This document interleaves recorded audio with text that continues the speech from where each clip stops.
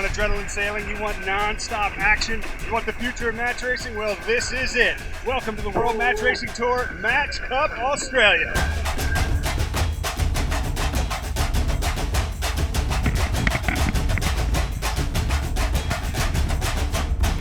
This is awesome. Both boats at full speed, it's neck and neck. These boats locked together. He cannot believe what has happened.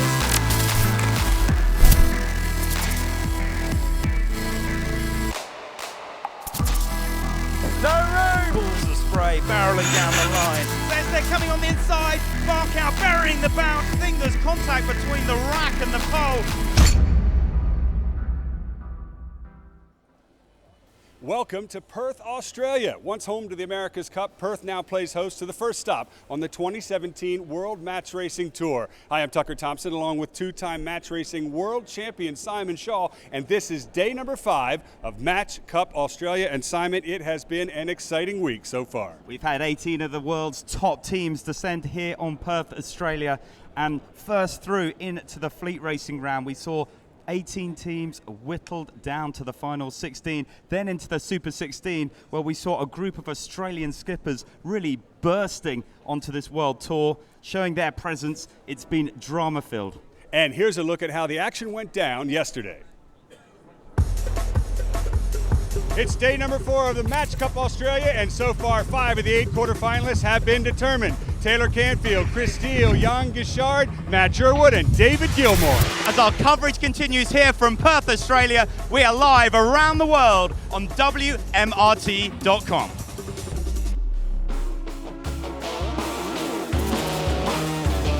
Sested having to soak, and Thomas coming in to try and snatch the opportunity. He's going to come around the outside. Sested with a jibe. It's gone to pieces for the Danishman, and Thomas has come around him on the lay line, rounded that right-hand mark and into the lead. Stephen Thomas has done it, wrapped up Nikolai Sested 3-0 to move on into the quarterfinals. Mans Homburg still faster through the water. Robertson now fast. Final few seconds. Mans Homburg has his Jennerkraut. Phil Robertson looking for the shutout. They're over the line. Robertson really trying to force Homburg back. Guys, I will crash next time. I will hit him next time if that's green. Okay. Hey, you're setting the precedent then. Let's go, full speed. Robertson coming down for a dial, both boats head to head. Mons Homburg bringing the bound back up. Now can Robertson lay? Mons Homburg is going to have to do another tack. The winner's gone right round to the left, and Robertson piling round the inside into the lead in this match. What a comeback. The current reigning world action. Here at the finish, we'll go 2 up over Mons Homburg. Certainly a little punk, that's for sure. No, the young guys are good here. Good little round, good warm-up for us, and yeah, definitely a tough one. Obviously, very happy to make it through that round. But it's going to be hard, that's for sure. We watched him today and he was on fire, and yeah, we'll take it as it comes tomorrow. And that brings us today here on Freshwater Bay in Australia. 8 teams have moved on into the quarterfinals, and they are David Gilmore against Taylor Canfield, Stephen Thomas facing Phil Robertson, Gerwood against Chris Steele. And Simon, the racing has already been underway this morning. And I mean, David Gilmore up against Taylor Canfield. That was our first match of the day. And my goodness, David Gilmore raising his game. Coming into a match against Taylor Canfield, US1. He is the world number 1. And I'd say the smart money perhaps thinking that Canfield would really roll over the top of David Gilmore. But he raised his game and actually ended up closing out that first quarterfinal 3-1. I mean, what a result. Then Thomas against Robertson. Robertson, the defending 2016 world champion, really came in firing on all cylinders. He was like a brick wall that Thomas was just trying to climb over all the way through the match. But in the end, it was Robertson that came through 3-1 in that match. Out there on the water, we also have Gerwood against Steele, where Gerwood is now 1 up. So more blood to those new young Australian teams. So 2 of our semifinalists have been determined. 2 more will be determined this afternoon. And here's a look at all the ways in which you can watch the 2017 World Match Racing Tour.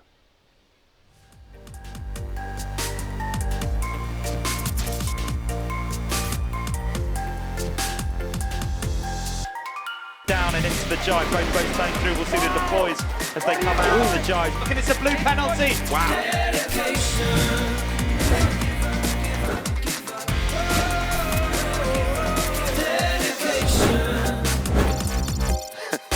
Action-packed day here, and we have our quarterfinalists.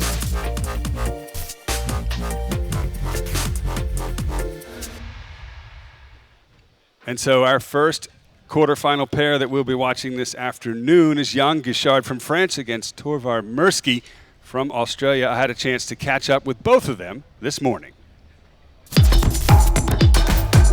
It's quarterfinals day here at the Match Cup Australia, and one of the key matches is France's Gishard against the young Torvar Murki. You took some time off. Why are you back? I just couldn't sit on the sidelines and see this action go down. So stoked to be back here. You qualified for the quarterfinals by winning all of your matches. Torvar, on the other hand, had to fight a little bit harder. What do you think are your biggest strengths over this man? For sure we are expert in multi-hole, but you have to play on your game, stay focused on your game, never give up. He's one of the fastest on the planet. How are you going to beat this man? Jan's very polite and sure, but I'm sure he's going to be pretty aggressive out there. There's a lot of potential in our team. We could probably compete with Jan. We know that it's going to be a really big battle. We're looking forward to it. Good luck today. You know, those two are pretty nice on shore, but I have a feeling it's going to be a bit of a different game when the pre-start entry period starts for race number one. And Simon, we're looking out on Freshwater Bay here in front of the Royal Freshwater Bay Yacht Club. Tell us about today's race course. First up, the boats coming in, and they will roll one above and one below the committee boat into that pre-start area. That's where the battle will go down, and then the teams will sail across that top reach around the mark onto the downwind, around one of those two leeward gates, back up to the top, around the windward gate, and back down on the final run through that gate one final time, back up to the top, and then that sprint to the finish to through the line to see who will be the winner. Conditions out on the race course this afternoon. A southwesterly breeze is building. It was light this morning, but the Fremantle doctor, we received word, is on its way as these two teams get prepared to race. We'll have a 4-minute gun and then a 2-minute entry period as the two teams will jostle for position on the starting line. Of course, one looking to get an advantage on the other. And Simon, when you look at these two teams, Gishard, the multi-hull champion, Torvar Murki, took some time off back in the game, and he's obviously sailing quite well. I mean, Murski's part of this Australian revolution, really, that's rising back up on this World Match Racing Tour. And, you know, Murki, a super strong competitor back in sort of 08, 09, a real player on the World Match Racing Tour. Took some time out, went off and did a bit of foiling kiteboarding. Now, back at the time, that looked like escapism, and now if you look at the evolution of modern sailing, that actually looks foresightful. He's sailing with Lockie Gilmore on tactics, so yet another Gilmore brother that's here making their presence felt on this World Match Racing Tour. Then across to Gishard. Bit of weight up and back. I mean, he has been a super styling competitor, a very experienced multi-hull sailor, perhaps the most experienced multi-hull sailor here and in this competition, and I think we're going to have a real battle on our hands. We had some real battles this morning, too. Let's take a look at the scores as they stand so far in the quarterfinals. Taylor Canfield, world ranked #1, only got one race off against David Gilmore before Gilmore took him 3 to win that best-of-5 series. And, of course, Phil Robertson is the current match racing world champion. Did he roll over Stephen Thomas? No. Thomas made him work for every single race, even took a win off him before Robertson also will move on into the semifinals. There are your bottom two. We're going to decide Torvar Murki and Gishard, and then finally Matt Gerwood and Chris Steele. There is the signal boat running the races this afternoon. And on your right, you can see Torvar Murki, the orange boat. To the left is green Gishard, and unlike conventional match racing, they don't enter from an upwind position down into the starting box. One enters from above the signal boat, the other below at 2 minutes, and the 2-minute signal has fired. Simon, here we go. Well, we're under starters orders here. Gishard in green, Torvar Murki in the orange, and Murki, we've seen this a couple of times, bringing the bow right down, trying to get down onto the line of Gishard. In the past, Gishard's pre-start perhaps not the strongest area of his game, but he's been working hard at that. down in Portimao in 2 of these M32 catamarans. And I think he is going to be a lot stronger. He's marched through to this stage of the competition with relative ease. But now he's up against Torvar Murki. Now sometimes you see these matches of quite similar type forms of sailors. And here we have a real yin and a yang, a match racing specialist, a catamaran specialist on either side of the ring. Bad tack. And it's been interesting to see who comes out on top. Murki with the tack up into the women position as Jan Gishard leads the charge down back towards the start line. And that's onboard footage and audio from Torvar Murki. Less than a minute to go. Is he locking us? Jan Gishard trying to close up towards Torvar Murki, who's separated a long way to windward in the orange boat. Murski's got to be careful he doesn't end up below the pin. Gishard bringing the bow down, still in that lead position. Murki trying to drive him back towards that pin ley line. 17 seconds, Murki starting to roll over the top. It's the final 14. Gishard trying to lock out Torvar Murki, but Murki starting to march forward. 9 seconds now. Murki looks like he's in control of the start, bringing his bow down. He's in that windward position, the final third, both flying their hulls, and they screech off the line. All clear. Gishard to leeward, Torvar Murki to windward, and it's a drag race across to the first reach mark. Go, Cam. Murki, I think, is going to get across the top. Big separation on that starting line. It looked from that angle a massive advantage to Murki, but Gishard tried to hold on to leeward, tried to keep an overlap. He couldn't, so first blood goes to Murki into Mark 1. Well, Murki is around. That's the start he would have been looking for. The Jenicas are out on both boats as Gishard rounds. Now, this will be the test. Jan Gishard, an absolute master in these boats. Now, will Torvar Murki be able to stay ahead of the Frenchman? Approaching the boundary, 3, on board with 2, Murki. 1, here we go.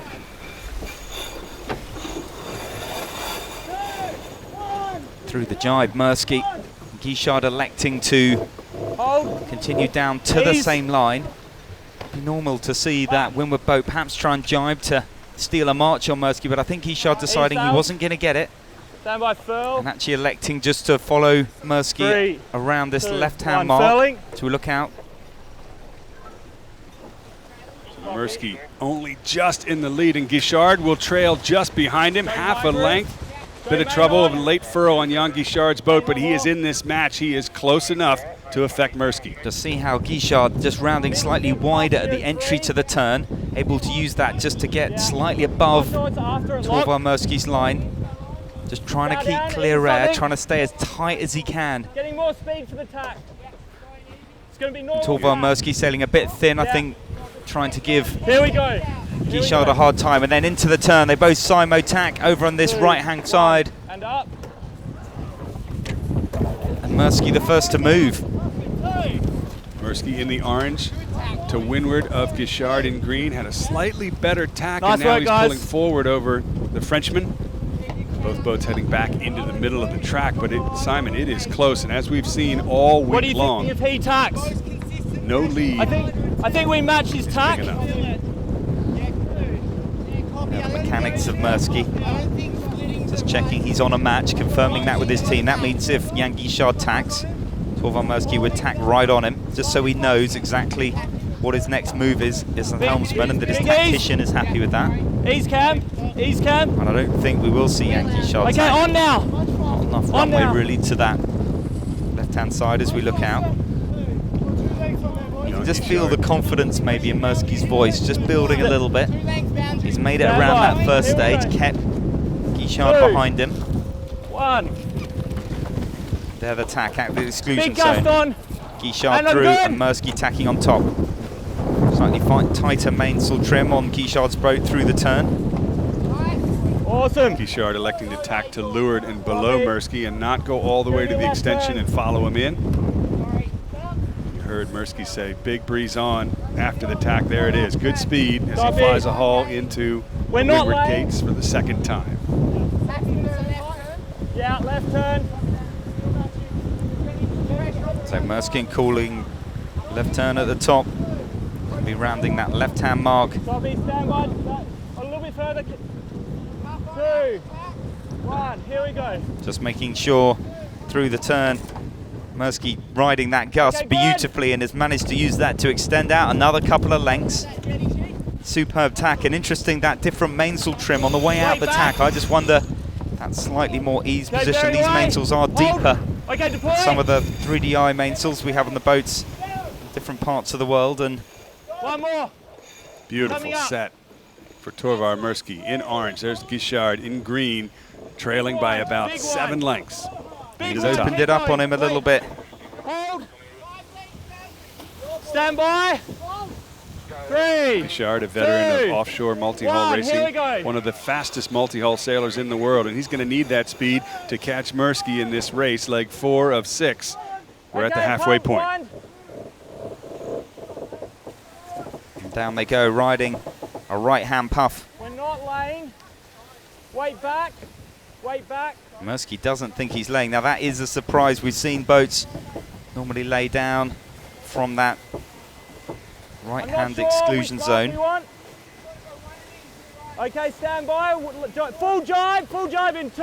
Murki, I think, feels slightly caught out by that. I think they're going to round that opposite mark. This will open up opportunity for Gishard to split. Furling. On board with our leader, Torvar Murki. Big trav on. Just managing to keep up with the boat handling. Gishard, we may well see him jibe round the opposite mark. Torvar Murki, he's got through that. Bit of a change of plan as Gishard turns down, riding up on his foils and around the left-hand mark. But it's Murki holding on to his lead. Ooh. Murki just ran over the mark and hit the brakes. Or not Murki, rather. Gishard hit the brakes, running over the leeward mark, and he's stopped. This is a massive mistake and a big advantage for Murki, who sails on upwind. And Gishard there just flying the hull. We saw him pop onto the foils as he approached that mark. I think it maybe slightly spun him out. I think he was expecting to be flying that windward hull over the top of the mark.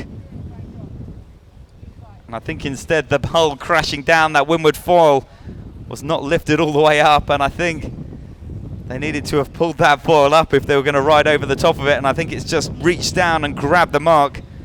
And that has handed a commanding lead to Torvar Murki as Gishard reaches across the bottom of the bottom marks, across to that right-hand side as we look out. So a major unforced error from one of the top-seeded skippers in this regatta sees Torvar Murki extend his lead towards the top gates. And he'll be happy looking over his shoulder with that. I'm sure Gishard and crew will have a few words of debrief about how not to slam into the leeward mark. Major error at this level. Something so simple can turn into such a big deficit, and there's Murki having tacked, crossing Gishard now by over a minute upwind.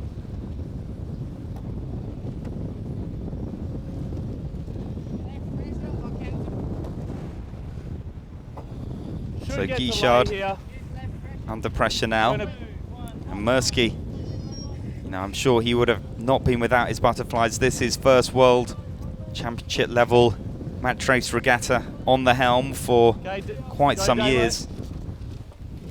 Sailing on behalf of the Royal Freshwater Bay Yacht Club, the hosts of this 2017 World Match Racing Tour Australia Match Cup.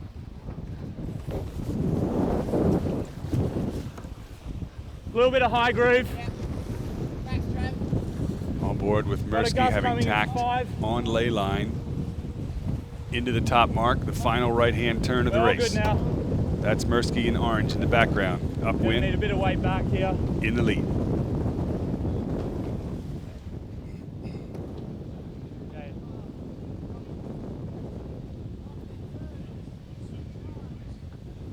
There it is, the final turn, and he heads for home in front of the hometown Australian crowd.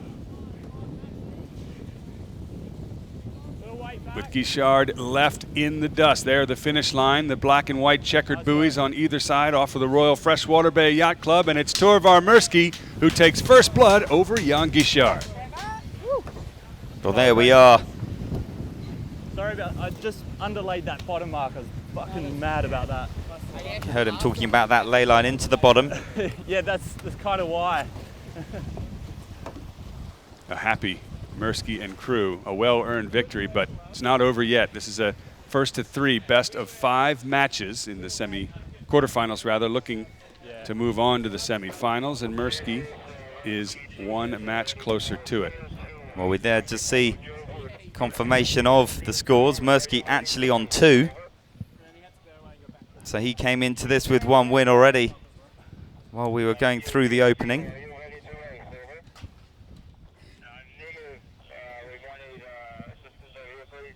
So that sees the Frenchman really up against the ropes. My goodness me. Even local pundit Ed Feathers had called Gishard as a possible winner of this regatta. Really? And you know what? It's not looking like such a smart call now. Local favourite Torvar Murki from the Royal Freshwater Bay Yacht Club has come charging in.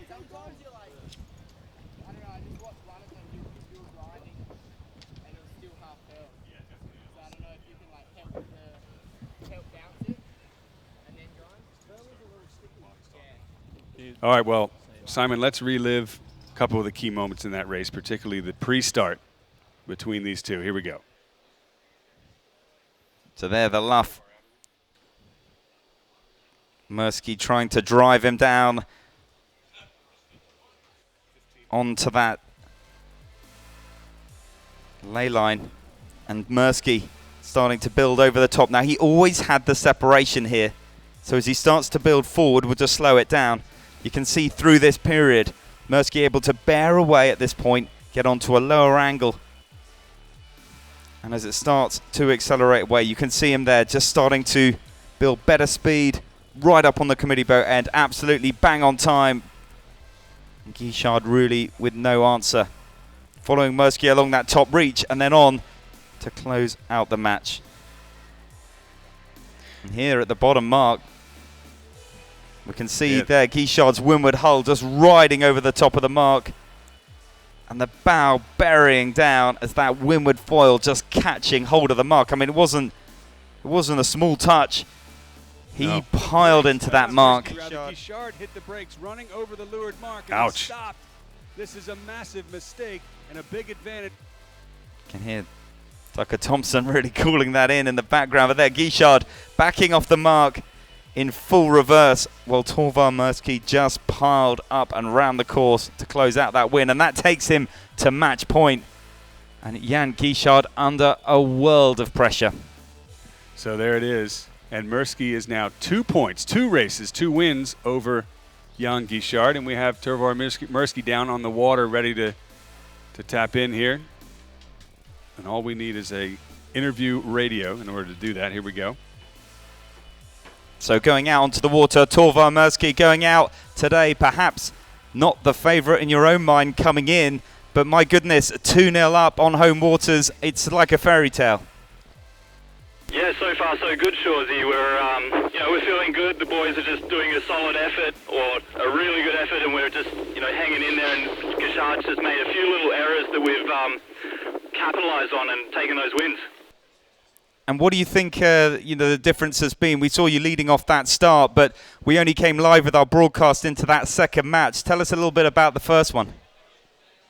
In the first one, we were bunched up early at the start, both of us. We were to win with Gishard to leeward and quite early to the pin, but he managed it. And so we actually started ahead, but had to clear our penalty by to that reach mark, and then the race was on after that, and we were able to catch him going down to the bottom mark. What I guess for you will hopefully be a final race. You never know. Gishard is a super strong team. He's sailing well, so we're just going to stick to what we've been doing and hopefully Match, get some fluids on board, and we'll keep the. Cheers, guys. Simon, I was impressed to hear him remark about how talented Jan Gishard is. He's just beaten Jan in 2 races.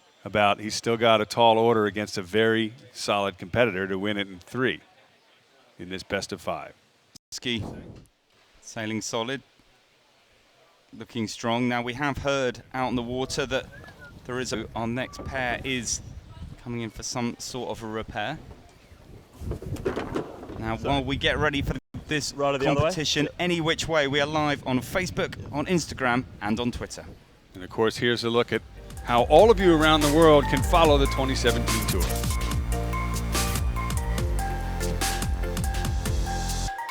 Down and into the jibe. Both boats playing through. We'll see the deploys as they come out of the jibe. Look, and it's a blue penalty. Wow.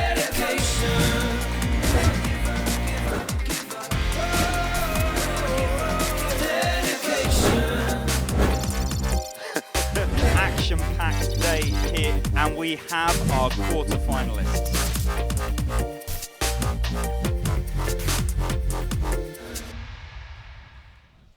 So welcome back.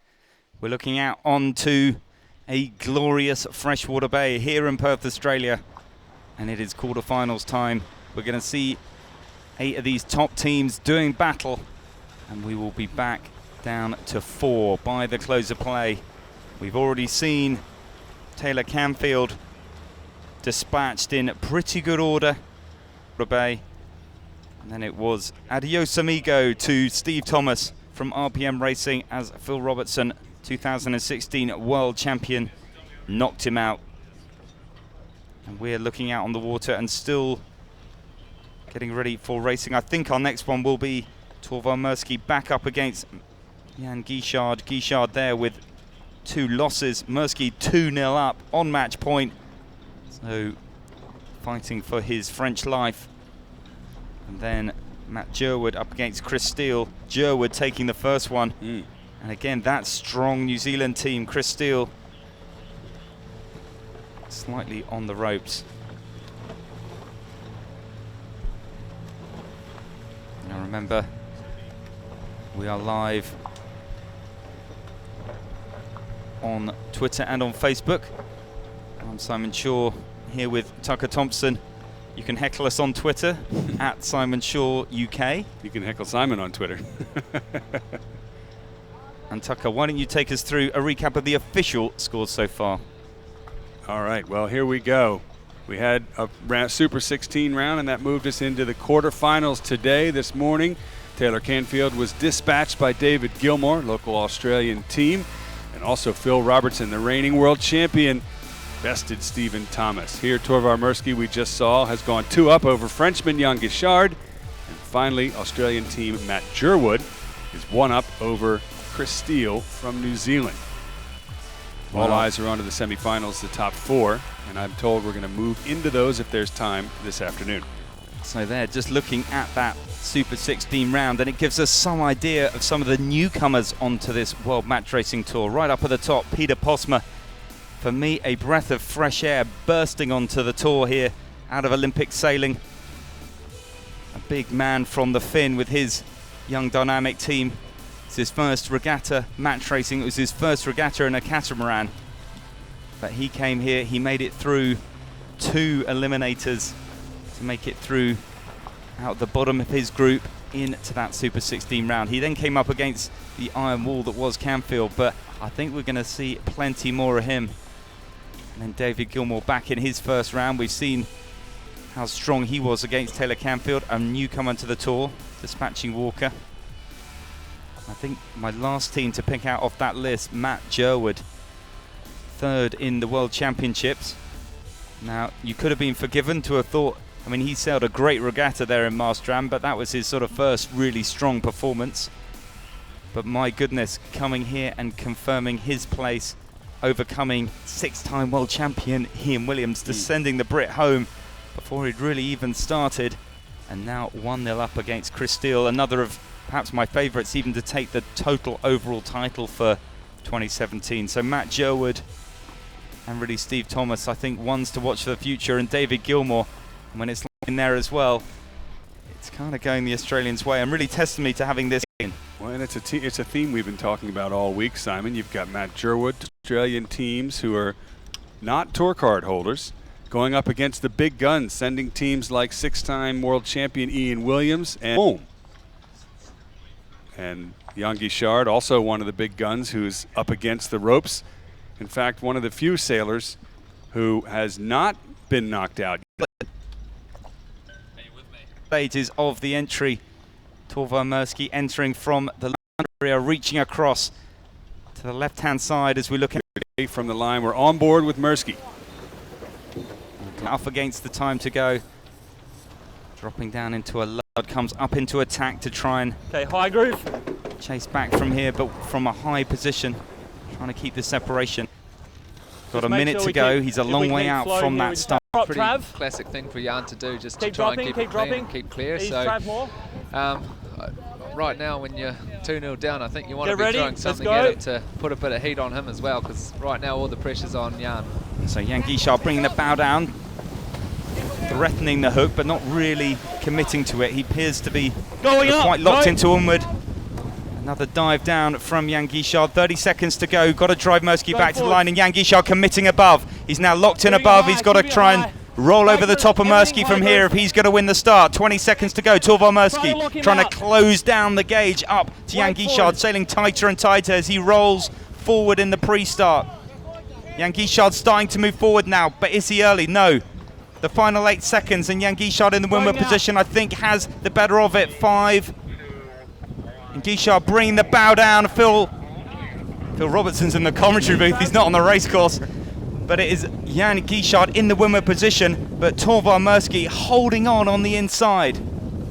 So can Murki hold the overlap? Can he hold Jan Gishard out and round mark number 1 in front? Or can Jan Gishard get over the top of him, steal his win, break the overlap and into the lead? It's bow to bow. Anybody's guess is both teams round mark 1. For me, Jan Gishard just letting his windward hold drop in a little bit as he came into that reach mark, allowing Torvar Murki just a whisker more speed and then a bit more sheet tension as they exited the mark has allowed Murki to hold on to the lead on the inside. I thought that was going to be a roll for Gishard.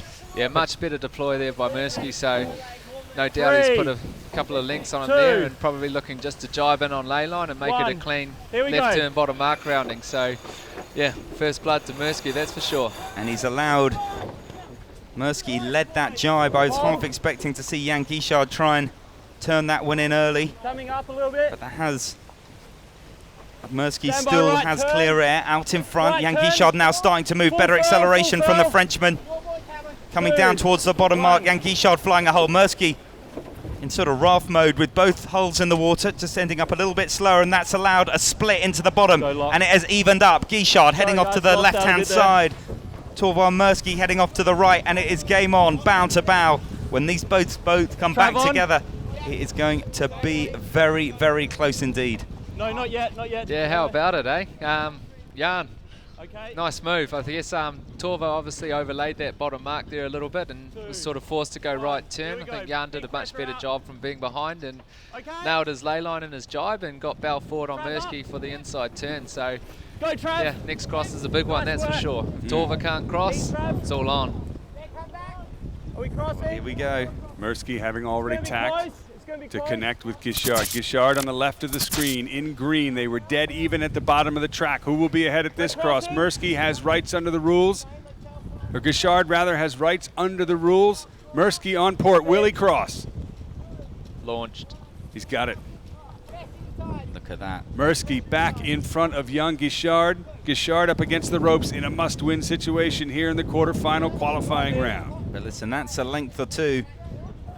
And I expect we're going to see both teams split to the exclusion zone lines. And here Torvar Murki trying to understand if he gets to that extension zone, whether he will be able to lay the top mark from there. He'll be certainly hoping he can. And Phil, we saw you favouring that left-hand mark for your exits from the top this morning. Just talk us through some of the reasoning behind that. Yeah, it's interesting at the top of the course. You sort of got two puffs down either side, and when we were racing, the left turn top was quite favoured, so we were always happy to throw in an extra tack there just to nail that turn down, and worked for us twice and didn't work for us once. So yeah, it's sort of a bit of a 50-50 call, but looking at it now, I think, yeah, actually same way, probably either mark looks pretty good from here. Murki still with the control. He's tacked on the exclusion zone, crossing the line of Jan Gishard. Now will he be able to lay? If he can round that left-hand mark, and as we just discussed with Phil, that allowing him to really just do one jibe and then be pointing back at that bottom gate. It's a sort of a cleaner pattern of track around the course, but as we talk, Murki through the tack, not on ley line. Small high groove. So which way will he go? Another tack to go left or just simple bear away and deploy? It's Murski's call out in front. And he'll bear away, rounding the left-hand mark and head downwind. Well, he's going, I think, for an immediate jibe, deploying as he turns downwind, looking to shadow Gishard over to that far side of the course. Wait up on the rail. Gishard a lot farther back than what we saw on the last downwind run. And to my eye, and Phil, maybe you can comment on this, I thought Gishard sailed a higher course on both jibes than Murski. And obviously he caught up to him on the first run. Can he do it again? Yeah, right now I think Murski's move there was a full covering move, and he's done nice. I think there's a perfect manoeuvre and the right thing to do, and he's on the long jibe right now, just gaining a lot, I'd say. So I'd expect Murski to just extend his lead a little bit here, and should be a pretty comfy win from here. But as the breeze is still quite shifty, it's only Murski's to lose, really. Murski sailing a beautiful groove as he tracked across down there on starboard jibe. That windward hull just skimming the water, full powered up, and a great, perfect set on that Jenica. Nicely sheeted on. Jan Gishard on the ley line for that right-hand mark. I think Murski on the ley line for the left. I expect we'll see them split here again. But Murski has perhaps a 10-second delta. Beautiful job from Murski and crew. He's laying right. Gishard will split to the left-hand gate, looking upwind. Options running out for the Frenchman. If he's going to stay in this regatta, this is a tall order to try and catch Murski on the final beat. Stand by, 2, 1, here we go. Murski up and through the tack on the exclusion zone. The Jenica coming out just to ensure that bow blows through the tack, leaving nothing to chance. Tracking back across towards Jan Gishard, who's now fighting for his position in this competition. How far ahead are we? We are driving Should we go early Facebook on him? views all around the world, and I can tell you that the people in France are watching this with eagle eyes. Corvar asking his tactician what the next move is going to be. Shall we tack on him or continue? 1, here we go. And a defensive move there, Phil. Yeah, Look out, classic good. cover right there, right on his face, giving him dirty air, and looks like that's probably quite a long tack right now, and Murski should be able to just bring that one to boundary and lock in the inside on the last turn. And yeah, running out of options now for Jan, but if I was him, I'd be splitting. Well, he's trying to tack away and split now. Torvar Murski, I expect, will continue to the ley line for the top, or at least get to a point where he can get round that next top mark in one.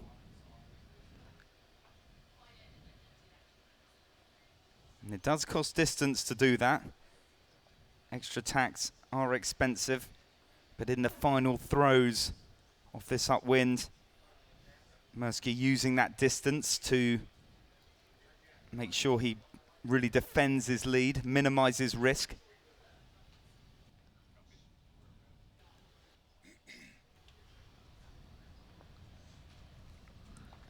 And it's going to come down to this. Into the tack, Jan Gishard, I don't think able to lay the top gate from there. Torvar Murski coming back across out of the right-hand side. Can taste the victory, but Jan Gishard still gnashing at his heels.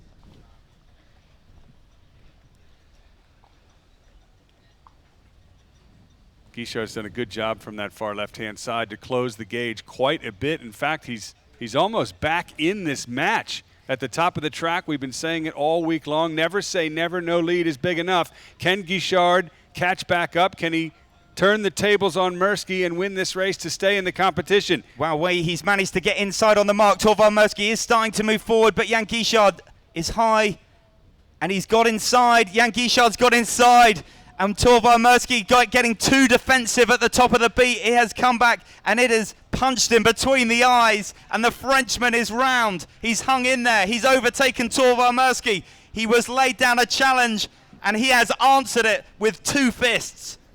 Unbelievable turn of events right at the finish when it counted most. Jan Gishard has come from behind to win race 3. He's done what he needs to do to stay in the regatta against Torvar Murski. I'm blown away. It's not much to say, is it? I mean, honestly, Torvar Murski did that first cover. I mean, we'll try and come back to that stuff in replay. You know, he burnt a lot of that distance, a lot of that lead with that first cover tack. And then coming back across, I think Jan Gishard picked up a beautiful little bit of left hand that just carried him up to that top gate in one. And all of a sudden, all bets were off. My goodness. Yeah, I think Murski's mistake here was the first cover attack, which was very, very nice. I think that was spot on, but then he, his second mistake, I guess, was when he came all the way to the boundary here. He could put one back a little earlier. He could have actually just tacked right on top of him there, because he could have. Jan Gishard hung in there long enough that there could have been a match tack. Here we go. We'll watch it through from here. Here was the first tack from Murki. Now, he could have carried on there and gone to the exclusion zone on that left-hand side, but he tacks on top. Yeah, I think that's his second tack there, Shawsy. I think that's the moment right there that Jan snuck through to leeward of him. So his move there was really to tack right in front of him, or even to leeward of him. If he locked down the inside on that last mark, even if Torva had to do 2 more tacks, he would have been looking famous. But instead, gave Jan the inside, gave him a little bit of leverage, and hello. Yeah, he grabbed it with both hands.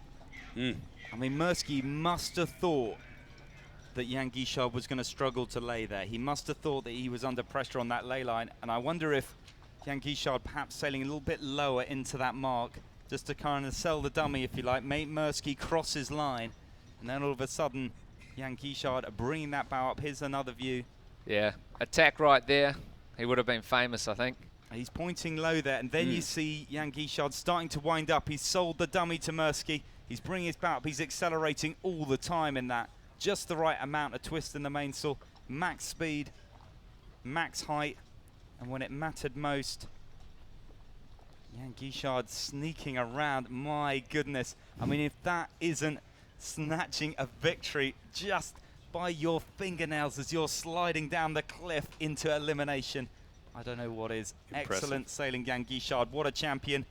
And we are going to go into another match. And you know what? When you see these matches go like this, when you see someone snatch a victory like that, it's often, it accompanies a bit of a momentum shift. And I wonder, going into this next match, where will Jan Gishard's head be? I think it will be with a lot more confidence. Well, and Murki will certainly be nervous now, having seen what just happened to him in that race. Gishard is back in the game. Yeah, absolutely. He's back and he's fighting, and he's keeping on swinging, which is what you want to do. And yeah, 2-0 down, you got to get one back, and it could for sure be a momentum shift, which is what he's after. And Murki will be sort of scratching his head to see what to do next. All right, well, let's hear from the man himself who just won that race coming from behind. We have Jan Gishard live on the water. So going out onto Jan Gishard's boat. Jan, can you hear us okay? Yeah, loud and clear.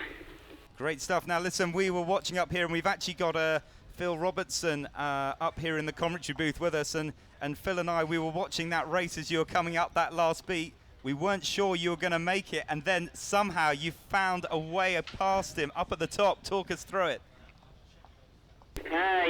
It's amazing race. It was difficult, the first one and the second one. I did mistake during the start, and it was difficult for me and for my team to find the good speed upwind. It was really low, and we changed the setup of the boat, and now we are faster upwind. But it was close to be 3-0. So I'm really proud of my team. They did a fantastic job. We didn't give up at any time, and we beat him from this way. So I'm really happy of this result. And so Jan, you've just closed out the last match. Do you feel that has changed the spirit on board your boat? Do you think you have back that winning spirit? On board Spin Reef, the spirit is always up and good. But yes, for sure, it's. I never felt we will lose 3-0, so and everybody on board as well. So we never give up, and so it's never done. So we will see. But I'm really happy of this result. But now we have to win the next 2 races in the row. So it will be difficult, but possible. Hey, Jan, Tucker Thompson here. Great job in that match. What looked like defeat. You obviously surprised us all. I'm sure you're happy. Talk us through that last beat when you were forced roughly to tack away to the left-hand side. Did you see breeze on that upper left corner, or was that a bit of luck?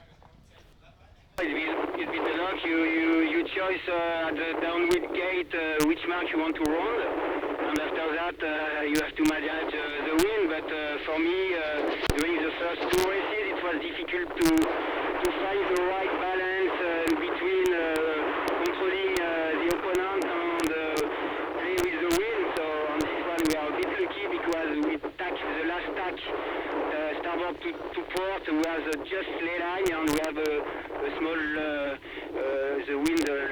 to the left, and it was lucky for me and for my team, so it's a good thing. Well, thanks very much, Jan. Good luck in the next race. We'll let you get ready, and the crowds here are absolutely loving the action, so thank you. Thank you, thank you. So there we have it from young Gishard, who just won that last race. And once again, I'm Tucker Thompson, along with Simon Shaw. We're joined by current world champion Phil Robertson, and we are live here in Freshwater Bay. You can watch us all around the world, and here's a look at different ways that you can check in and watch the 2017 World Match Racing Tour.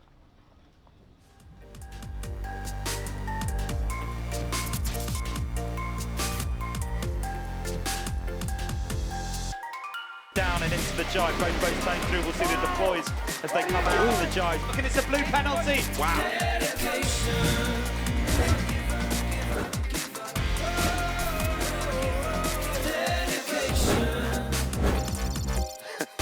Action-packed day here, and we have our quarterfinalists.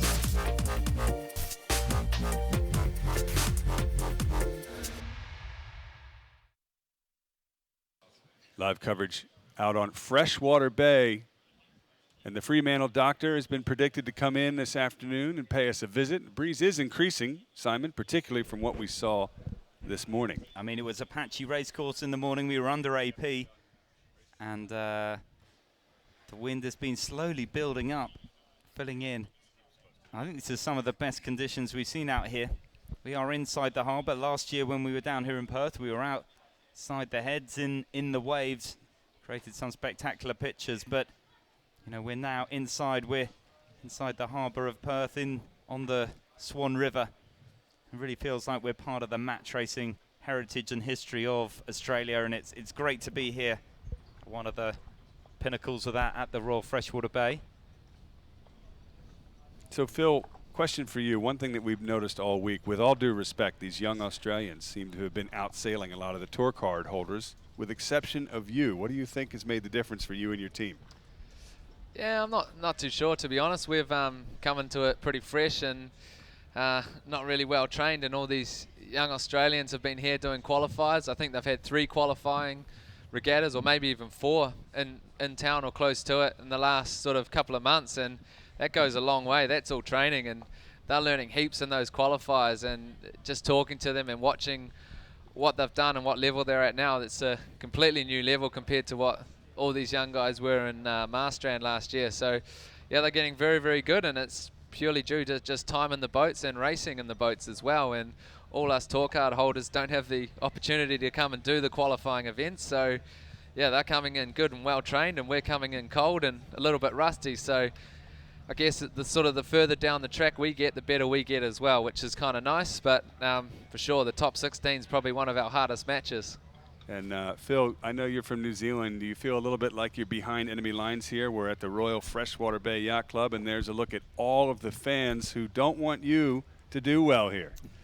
We're pretty much best mates with the Australians, I think, right now.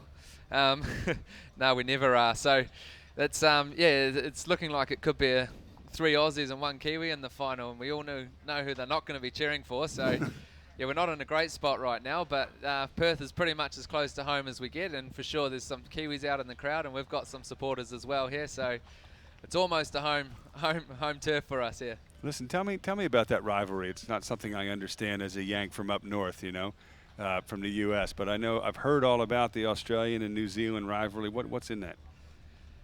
Yeah, it's very, very fierce, that's for sure. We've got yeah, the rugby's the big one for us. So that's our biggest sport in New Zealand, and it's probably not as big here in Australia, but for sure whenever we're playing Australia in basically any sport, it's a must-win match. And it goes the same with yachting. If we come up against an Australian, we want to be one up on them. They're basically our bigger brothers next door, and we always want to be the younger brother trying to beat the big brother up. So here we are, 3 Australians potentially in the semi-finals, and us little Kiwis trying to do our best.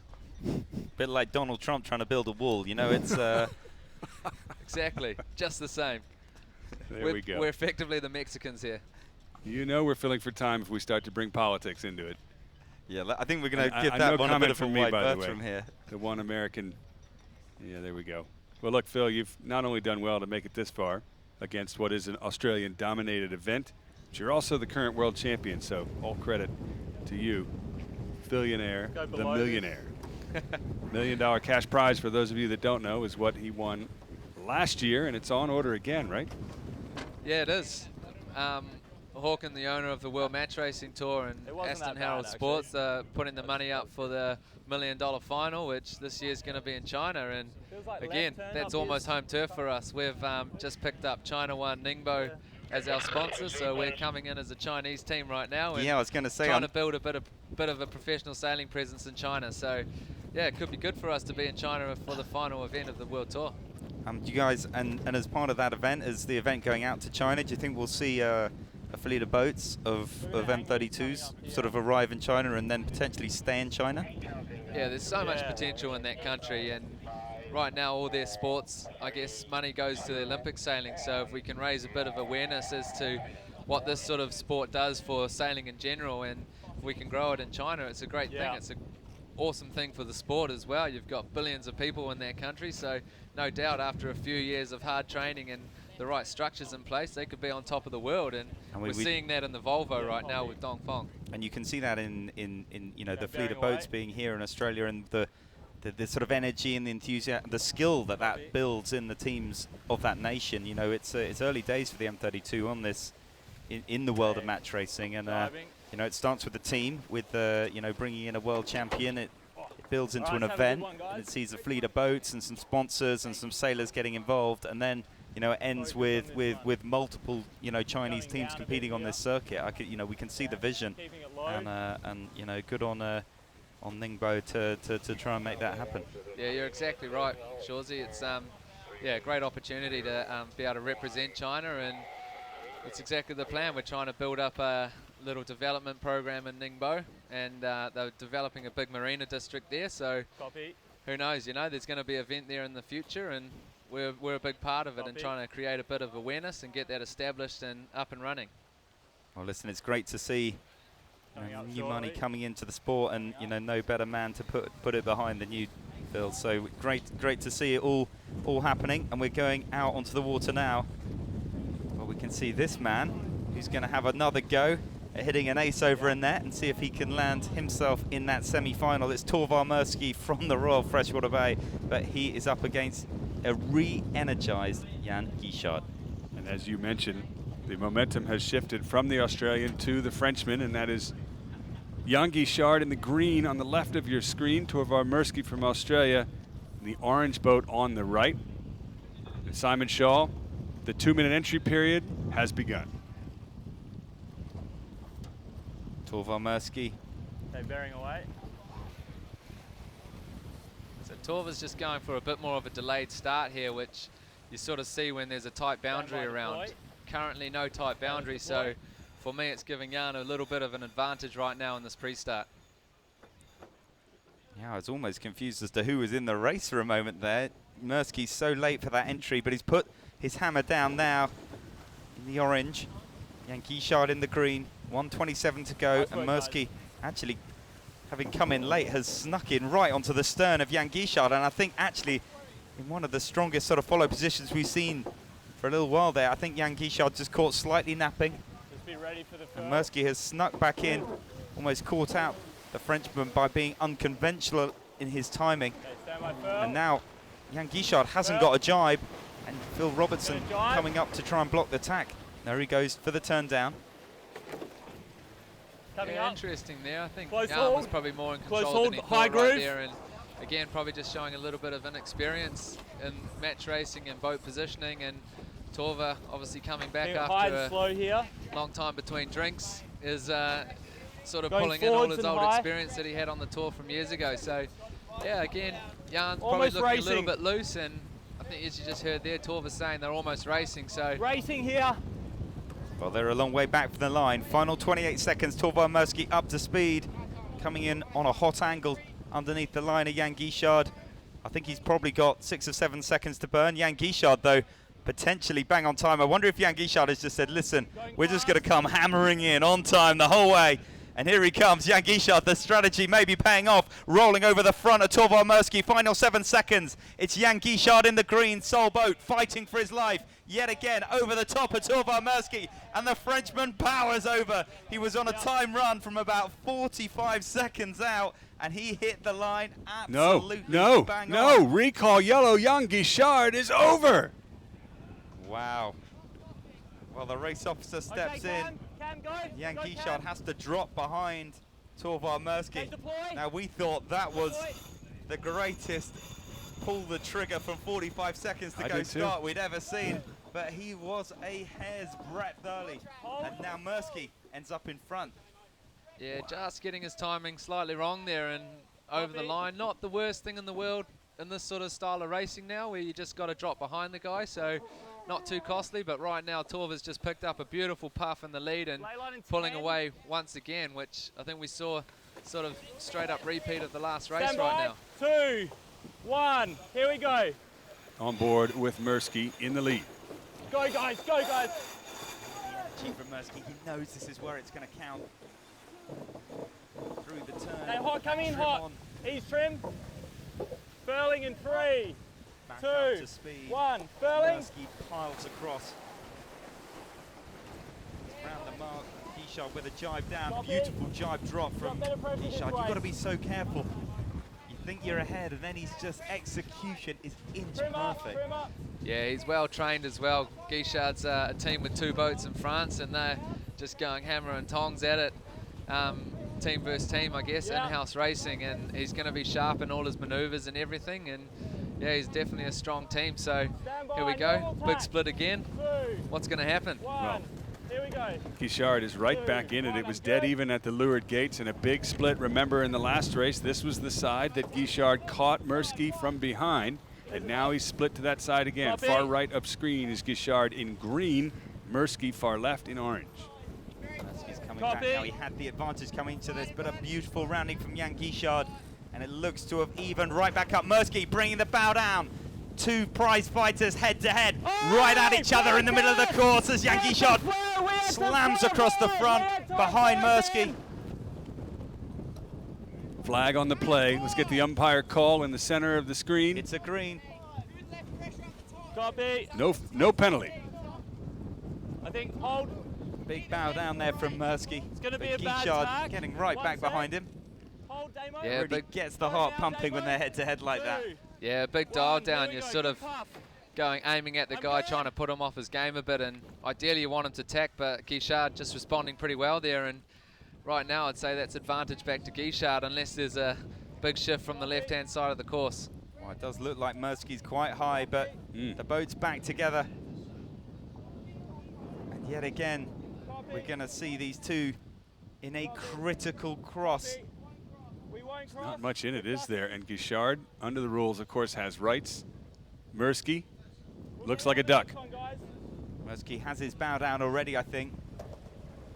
Okay, bringing it back down again to take. I was good then, I had it. The right-hand side, back under control, sheets back on. So Gishard in control of the match now, but he's shifted to the left-hand side. He'll lose rights under the rules. Here comes attack from Murki. Now Murki should be on the ley line for me for that right-hand gate as we look out from the shore. Yeah, he is. He'll be coming in on ley line for left turn, and Gishard coming in sort of probably a mid-gate ley line. And right now, Gishard's a giveaway boat again in this next intersection, but obviously can have inside rights. So right now, Gishard probably tacking for left turn unless he can cross. Still happy to go left. I think Gishard too scared to tack. There's so little in it between these two as Murki and Jan Gishard around the final top gate. Absolutely even Stevens. And they head off again to opposite sides of the course. It's like watching two gamblers put all their chips onto the table, one onto red, one onto black. And we are going to see who is going to back the right horse as they come down this final run. Murki to the left of screen into one corner. Gishard right of screen into the other and down towards the bottom. One of the biggest splits we've seen so far. And now the two teams converge. This could be the moment of the match. I am on the edge of my seat here. It is getting exciting, this match. Jan Gishard has turned it back on. He looks to be fast to me. And he has the starboard advantage, but can Murki cross? The Oranger Murki sliding across the front of Jan Gishard. Stand by. How close is this match now? One more jibe for Murki into the leeward mark. Here we go. Jan Gishard, I think he's going to have to jibe as well to make it down to the bottom gate. Yes, through he turns. And a bit of a twist Going on right Gishard's turn. Jenica.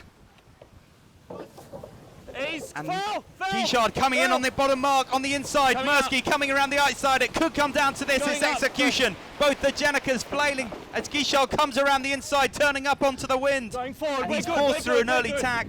Keep going, Both tram boats up. really down speed. Gishard still rolling around the mark. I think the Good work, move guys, of we got Gishard this. with the tack out will cost him a little bit of distance. Stand Bill, by, what do you Damo. make of that? Yeah, well, it's pretty exciting, isn't it? Gishard Two, there just, obviously one. came back Here a we little go. bit and got the inside on that turn, but not the best manoeuvre, good. being forced to tack straight Drive away. on. You're pretty slow out of that tack, so sort of what's happened now is he's got leverage to the right, so any shift to the right at all, and Gishard should be well in this match and possibly ahead, but any shift to the left, I think Torva's going to be storming through to the semi-finals. My goodness, and remember, this is a must-win match for Jan Gishard. He has to make it through. And I think Torvo Murski's still just in front, but they're heading off to this left-hand side as we look out from the bay. Torvo Murki fighting for his place in the semi-final here on home turf on his return to the World Match Racing Tour as Gishard comes through attack. We're ducking. And Torvo Murki East looking out. for the behind. That's it. Okay, help. Jan Brad, Gishard help, is Brad. going to cross. And the Frenchman back into the lead, bringing the bow down a little, trying to slow down Torvo Murki, whose boat leaps out of the water. A little bit of loss of control there. Here we go. Yeah, definitely a little bit out of control and a We big got dip this. there, Go, but yep. man, right now he's on starboard and Gishard's got to pull something out of the hat here to get that cross back, I think. As you see, Torva there just winding up a little, which is nice for him. One more tack to the top mark, it's all on. It's almost like a sort of a Take it DJ away from repeat of this. the last top mark. What's Torva going to do this time? Drop it. Tack to leeward or cross and slam him? I don't know, well, let's hope he tacks in front for his sake, but you know what? I think we're gonna Torva slow will be up and looking block at his where tack. Jan Gishard is going. Now, he picked up a little magical left on his last race. Now, can he pull a little bit of magic out of that top corner? They're coming up. Torvo Copy. Murki has the starboard advantage. Yeah, we're gonna He's tack coming in. first, I stand think he's by. going to be able to Tacking dial. 2, 1. No, Here he's we tacking go. underneath. We got this. Yeah, I'm good. Now, will Murki be able to sail on ley line to the final turn and get inside, or will Gishard be able to reach over the top of him? It's dead even into the final turning mark. Torvo Murski's laying. You can see Jan Gishard. He's reaching in. Murki is going to be able to come across, but Jan Gishard's so fast, but it's Murki out in front, and the Australian has come round him in the final stages of this beat. It has been cross after cross, but Murki with the advantage leading down this final reach to the finish, and he's going to do it, I think, for Australia. Torvo Murki is going to confirm his place in the quarterfinals. The Australian has come back on this World Match Racing Tour, and he is coming on the top reach. He has defeated Spindrift Racing. He's going to send the Frenchman out of the competition. Jan Gishard is going home, and Torvo Murki, in his return to the World Match Racing Tour, is through into the next round, 3-1. What a match! Unbelievable turn of events, kept us on the edge of our seats all the way through, and Murki has earned his spot in the semifinals. Phil Robertson, I mean, this is what sailing is about. If anyone is watching this at home and thinking, I wonder why we changed the catamarans on the World Match Racing Tour, think again and look at the celebrations on board. We're going to try and get a word from Murki at some point, but he is speechless. You can see he's flopping around. Yeah, the boys are fizzing on board right there. They're pretty pumped for making that semi-final, so bit of jumping up and down on the tramp never goes astray. But yeah, obviously he learned from his lesson that last time and nailed that tack inside him and got up on the ley line, and I guess ran out of moves there for Jan, so happy days for Torva. Impressive. It could have gone either way. It almost did many times.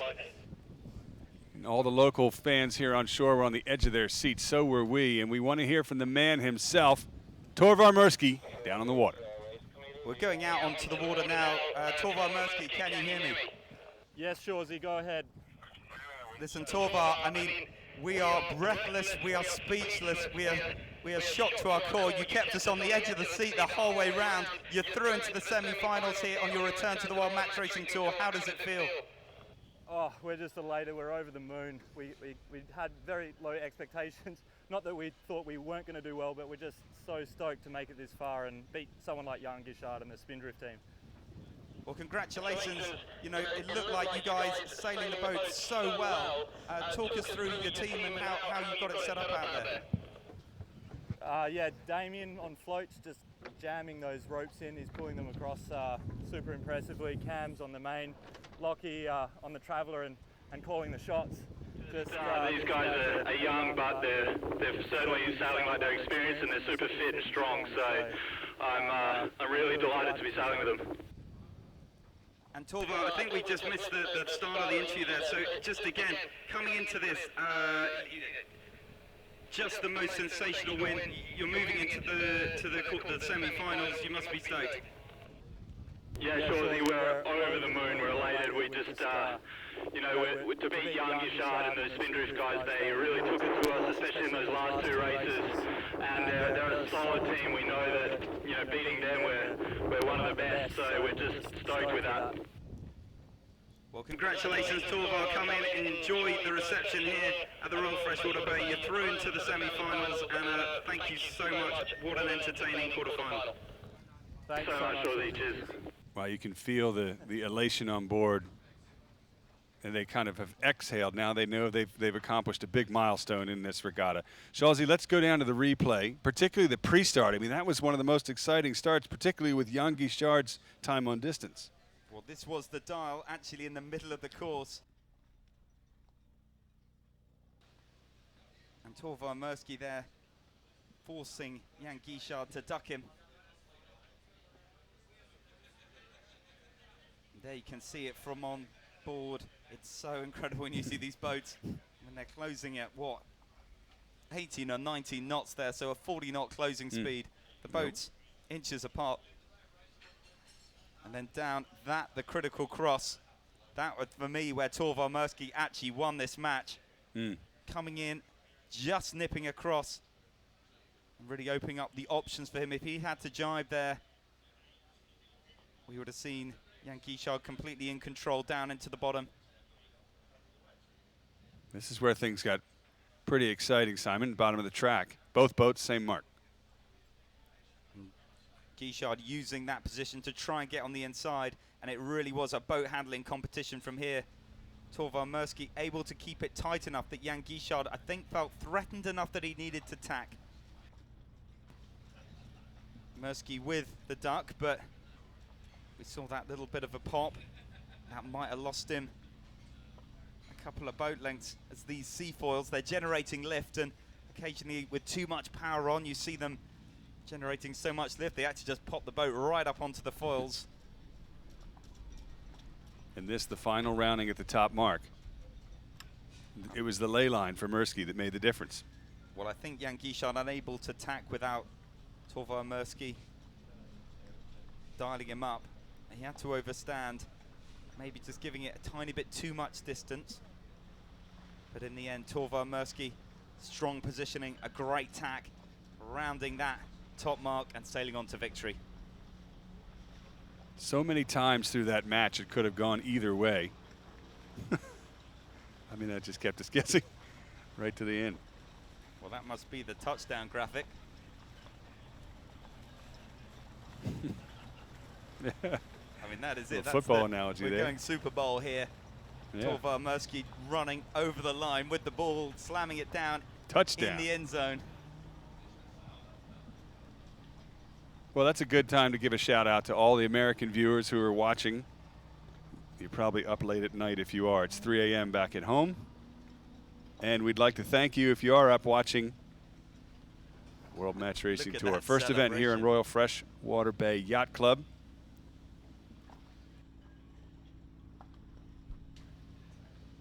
So there we go. That's the end of replay. We are getting ready for our next match, and it almost feels hard to think that there's still racing to do out there on the course. But Matt Gerwood, another local favourite, is up against Chris Steele. There's still no time.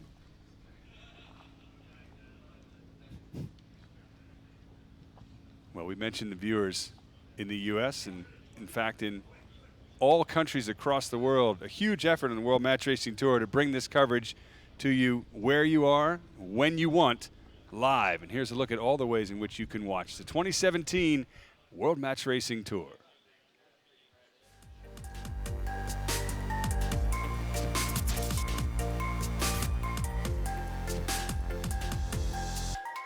Down and into the jive, both boats turning through. We'll see the boys as they come out of the jive. Look at it's a blue penalty. Wow.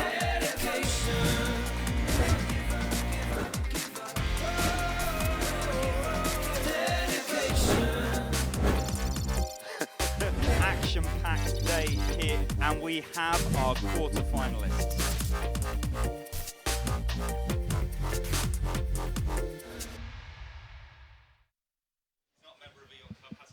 Once again, we are live here in Perth, Australia. Royal Freshwater Bay Yacht Club, and the fans are increasing as this regatta comes to a close tomorrow afternoon with the finals. Match Cup Australia here in Perth, once home to the America's Cup, now home to professional match racing yet again. We all know how that event went back in 1987. It went the way of the Americans, and yet now there are no American teams here to contest for the finals. We've got a lot of young Australian teams. Simon, Taylor Canfield was sent home by David Gilmore. And now Torvar Murki sent the Frenchman Jan Gishard packing. Robertson's through. Yep, the one lone Kiwi is here, and then we've got Matt Gerwood and Chris Steele, another Kiwi-Aussie match. And so far the score is 1-0 to Gerwood as we await the pre-start. Well, that's the good news. The 4-minute flag is up and flying as if on cue, and we are going to get ready for another match now. We may well be seeing the rise in some of these young Australian teams, but listen, if we're looking at Chris Steele, he is not going to be the man that is going to go down easily. Super strong for me, him and Robertson. Canfield super duper strong.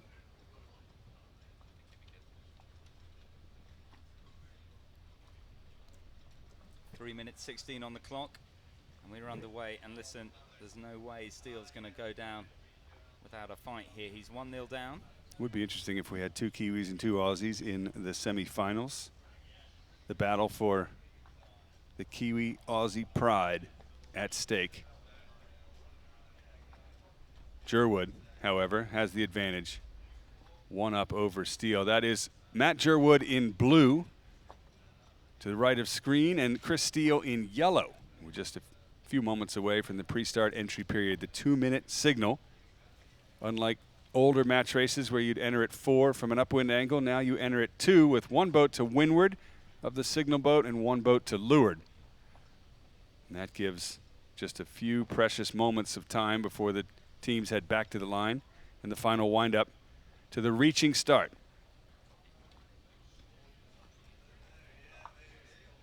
Teams in position. They've got any time within that one minute after the 2-minute signal to enter and engage each other. So once again, Chris Steele to the right, Matt Gerwood to the left, a point up in this best of 5, first to win 3 series. And Simon, the 2-minute signal is underway. Here we go. Well, Ian on the windward position. Chris Steele is in the yellow boat. Matt Gerwood is in the blue. Now this is one of those like perfect storm flag situations where if you see a blue flag from the umpires, it will be for the yellow boat because they rotate their entries. So blue and yellow are simultaneously the flags that the umpires use to give the penalties and the colours of the boats, and they're the opposite way round. We have to rotate the entry, so sometimes it lines up, sometimes it doesn't.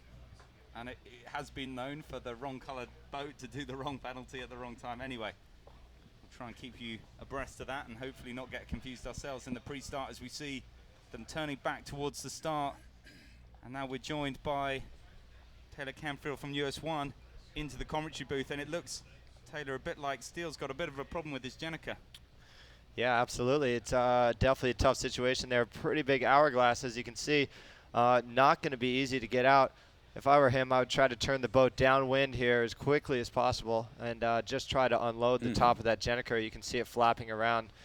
So the goal is to just try to get that top section that's flapping to unwind itself. And yeah, that's going to be a really tough one for him. My goodness, I think he didn't turn down far enough. I think he's nervous. He's got to make the start. He's bringing the bow up, but this is not what you need. He's managed to get it away, but I think that top section is going to keep breaking. Oh, no. And it's a really bad one, this.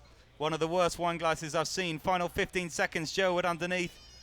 He's got his Jenica out. He needs to try and clear out. He needs to try and clear out. Matt Gerwood, final 5 seconds. Chris Steele, the Jenica flailing at the top of the course. Matt Gerwood in the blue above, bearing away, and we're under starters orders and we're off. Gerwood in the woman position, has the control. Steele is gonna be slow. That Jenica flogging to death up at the top, and it's getting worse. Steele dropping back all the time in all sorts of bother here. And Matt Gerwood 1-0 up and now piling across the top reach, under control in front of a home crowd. That is tough for Chris Steele. Not much he can do until he gets around mark number 1, which is what Matt Gerwood has done, in the lead comfortably now over the Kiwi team and Chris Steele as we head downwind at pace. Now finally Steele will get around and have a chance to sort out the Jenica and get it under full hoist. Here we go. Still trouble though. And there you go. You see it. This was all from that pre-start incident.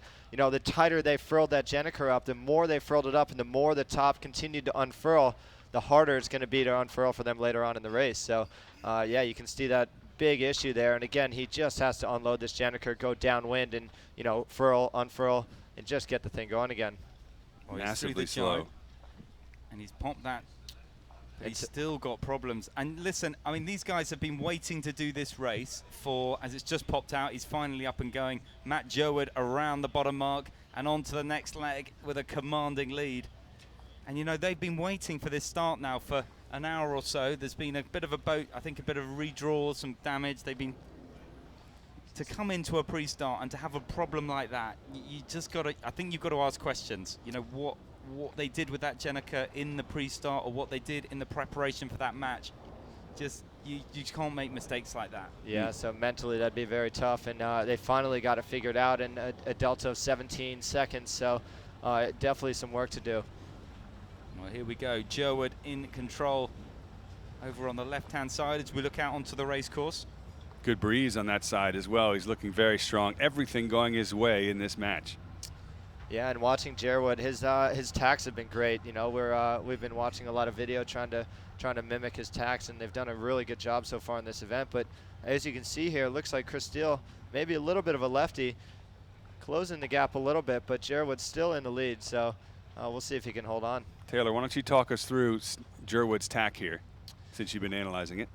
Yeah, his crew's been doing a great job just getting through the tacks, and one of the main things that's really important in these puffy, shifty conditions is getting that Jenica out and backing a small portion of it. And one thing that they do surprisingly well is to get the Jenica out and really tight, so you can see them unfurling the Jenica here. And actually not their best one, but he pulls on that windward sheet really tight, and it pulls the bow down a lot quicker than a lot of the teams can do. So.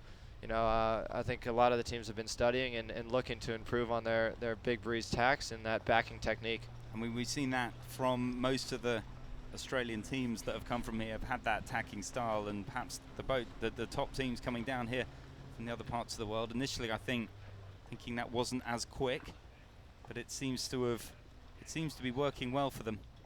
Yeah, there's two styles of tacking. One, you can just go for it and hope for the best, and that the other style, when you don't back your Jenica, is allowing your crew weight to stay on the rail a lot longer going into the tack. So ultimately you're going to go into the tack a little bit faster than they would. So you can see that crew just going down to the leeward side there, and their boat speed will suffer from that going into the tack. So you really have to commit to one or the other and decide, do I want to be fast in this tack and try to use my momentum to get through, or do I want to just commit to the back Jenica and rely on that to get us through the tack. And while we're looking at this, around the top mark, Matt Gerwood still in the lead as Steele comes through the tack. Yeah, it looked like a bit of a confusion on the call there. You know, it looked like they meant to go for a jibe deploy, but actually deployed before the mark, and that Jenneker ended up a long way out. But you know, this lead looks like it should be enough here. Well, he's thundering down the run now. Gerwood holding on to that 15-second delta. Nice angle on port, piling down the run. And Matt Gerwood, third in Marstrand. And if anyone thought that was a little bit of luck, can think again. Here he is again at the very next World Match Racing Tour Championship regatta. Looking like he might go 2-0 up against Chris Steele. Yeah, and a bit of a sloppy jibe there again from Gerwood. You can see how far out that Jenneker is. Maybe a little bit overstood for that right turn bottom mark. Traveler all the way down, you can see, so they've definitely overstood. Sailing a little bit of extra distance, but again, still a nice lead over Chris. may have also signified a left-hand shift at the bottom of the track, and he will take the right-hand gate as they look downwind to head to that side. And that will leave Steele with a decision to make, and he will follow also. So clearly both teams like the right side of our screen as we look downwind, and Steele will give chase to Gerwood by 13 seconds. A little bit of a soak for Steele to get around that mark, so not perfect approaches for both boats. I think Steele's been catching up to my eye. While we've been talking here, he's been just slowly chipping away at Gerwood. Yeah, for sure. You know, we saw that delta of 17 seconds at the first bottom mark and him cutting that, you know, by 4 seconds already. And, you know, Gerwood actually Steele able to go a little bit further into that boundary. So he's getting a little bit of leverage, even though he followed around that bottom right turn. He's gotten some leverage here on Gerwood. So, you know, we'll see if maybe Steele can hook into a little bit of a left shift and it makes some gains here. Well, he's sailing past low angle now, slowly chipping away.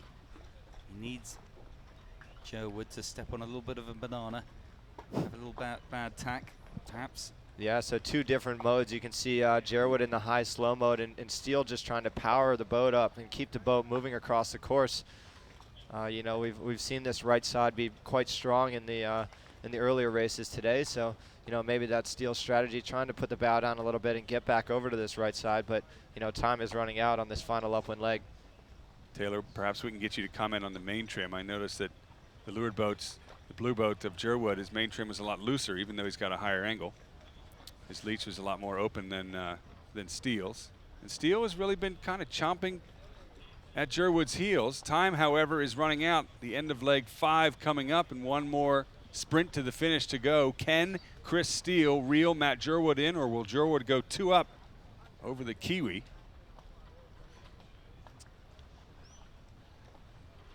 Tracking back across. Gerwood should trying just to hang on to this, take it to match point. And should be one final tack in here for Gerwood. Again, Steele, a little bit of leverage out to the right, but to my eye does not look like it's going to be enough with the state of Gerwood's tacks at the moment. So here goes Gerwood into his final tack. We see if he can get through. Really early on that deploy, yeah, almost just flogging, almost. And a big deploy on that Jenneker, and quite a slow tack, but it looks like it should be enough.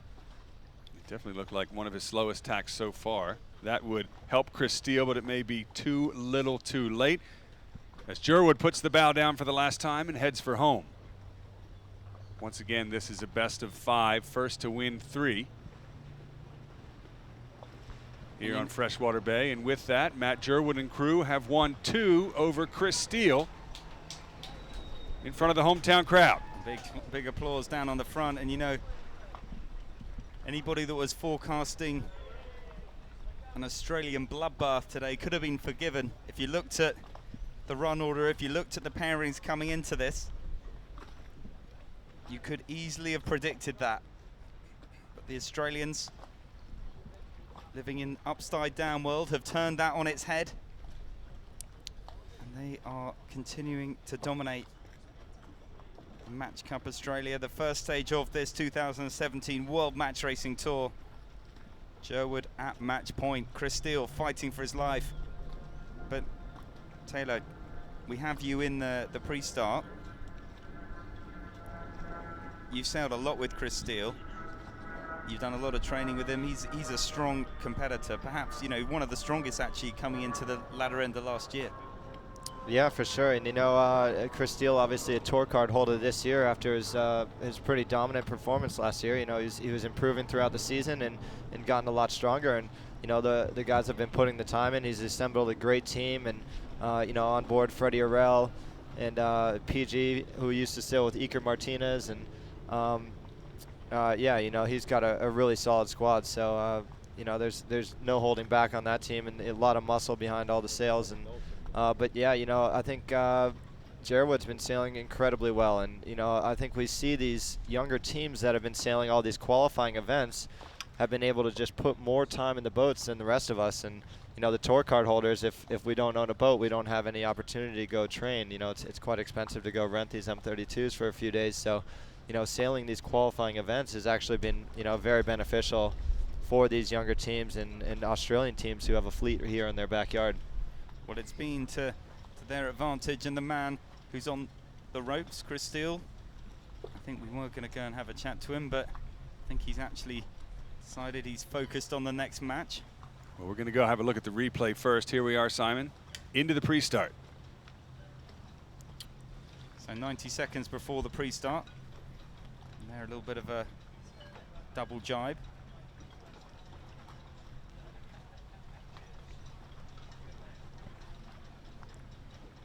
So you can see that Jenniker just unfurling the slightest bit, and that's where it all goes bad. As soon as he turns back up into the wind, you know, that 12 to 15 knots of breeze out there starts unwinding the Jenniker. And as soon as you get that tight grip between the two parts of the Jenniker, you need to get that thing out as quick as you can and try to resolve it. This is where he needs to be dead downwind, you know. I mean, did he underestimate that as it just started to break? I mean, you'd think quite often those things you just kind of roll in and out a little bit and you can get away with, but it just merciless. Yeah, you know, I think a lot of the times you think you can just muscle the thing out, and you know, he was pretty early to that start still, so the best case would have just been turning downwind, handling it, getting it away, and go on his way. Now, you've sailed these boats a lot. A lot of that break in the unfurl really high on the Jenniker. From the helmsman's position, let's just assume he's actually sat on the back rack there. Can he see the top of that sail? Did he realize how bad that was from far out? Absolutely, and you know, I think once they realized it and they realized how tight it was going to be, their goal was just to get to that reach mark and try to resolve it on the downwind, because at that point at least you're sailing down towards the next mark. So, you know, an interesting tactic, but and surprising it came out as easy as it did. So now we're back to live pictures out on the water. I'm told we have an interview teed up. So down onto the water, the man under pressure. It is Chris Steele. Chris, can you hear us out there on the water? So Chris, mate, you find yourself a little bit on the ropes here. Just talk us quickly through that Jennifer unfurl. I mean, it just couldn't have come at a worse time.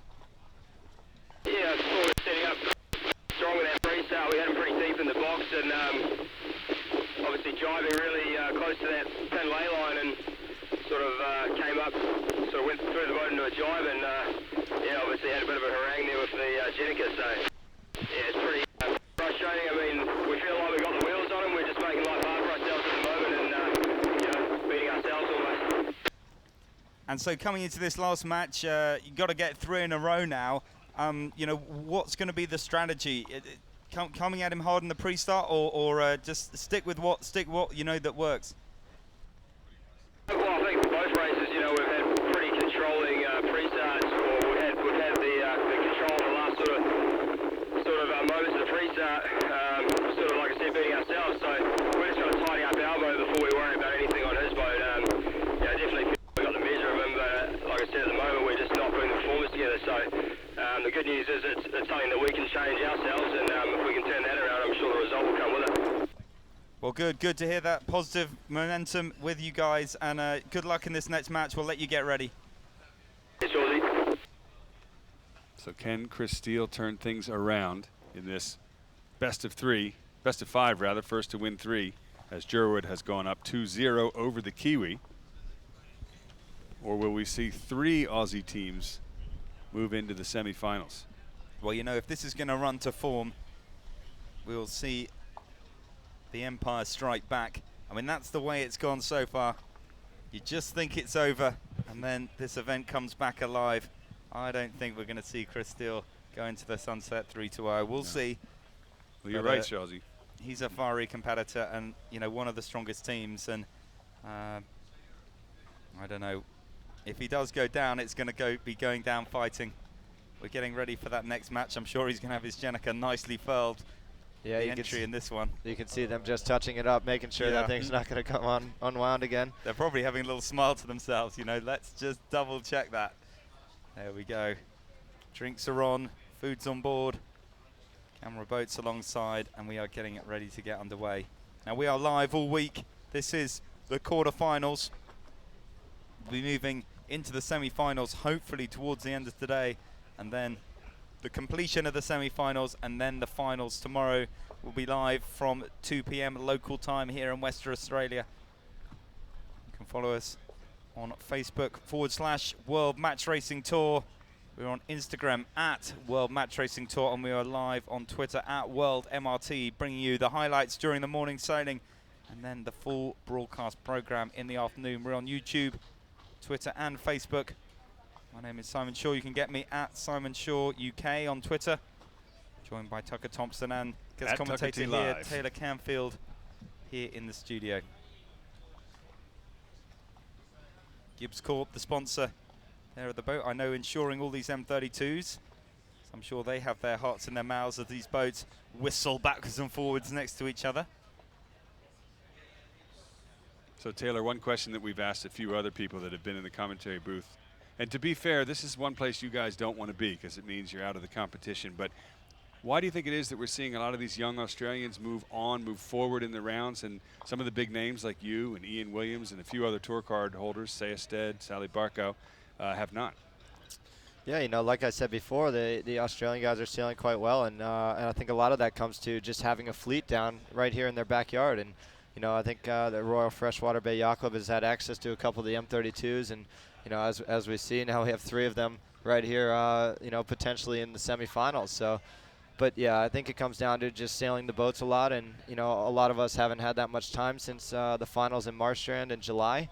You know, ourselves included, we've maybe put 4 days as a team in on the water, if that. So, yeah, you know, I think it comes down to just getting that little bit of extra time and that training, and just sorting everything out on board is really important. You know, the crew work on these boats is the biggest thing.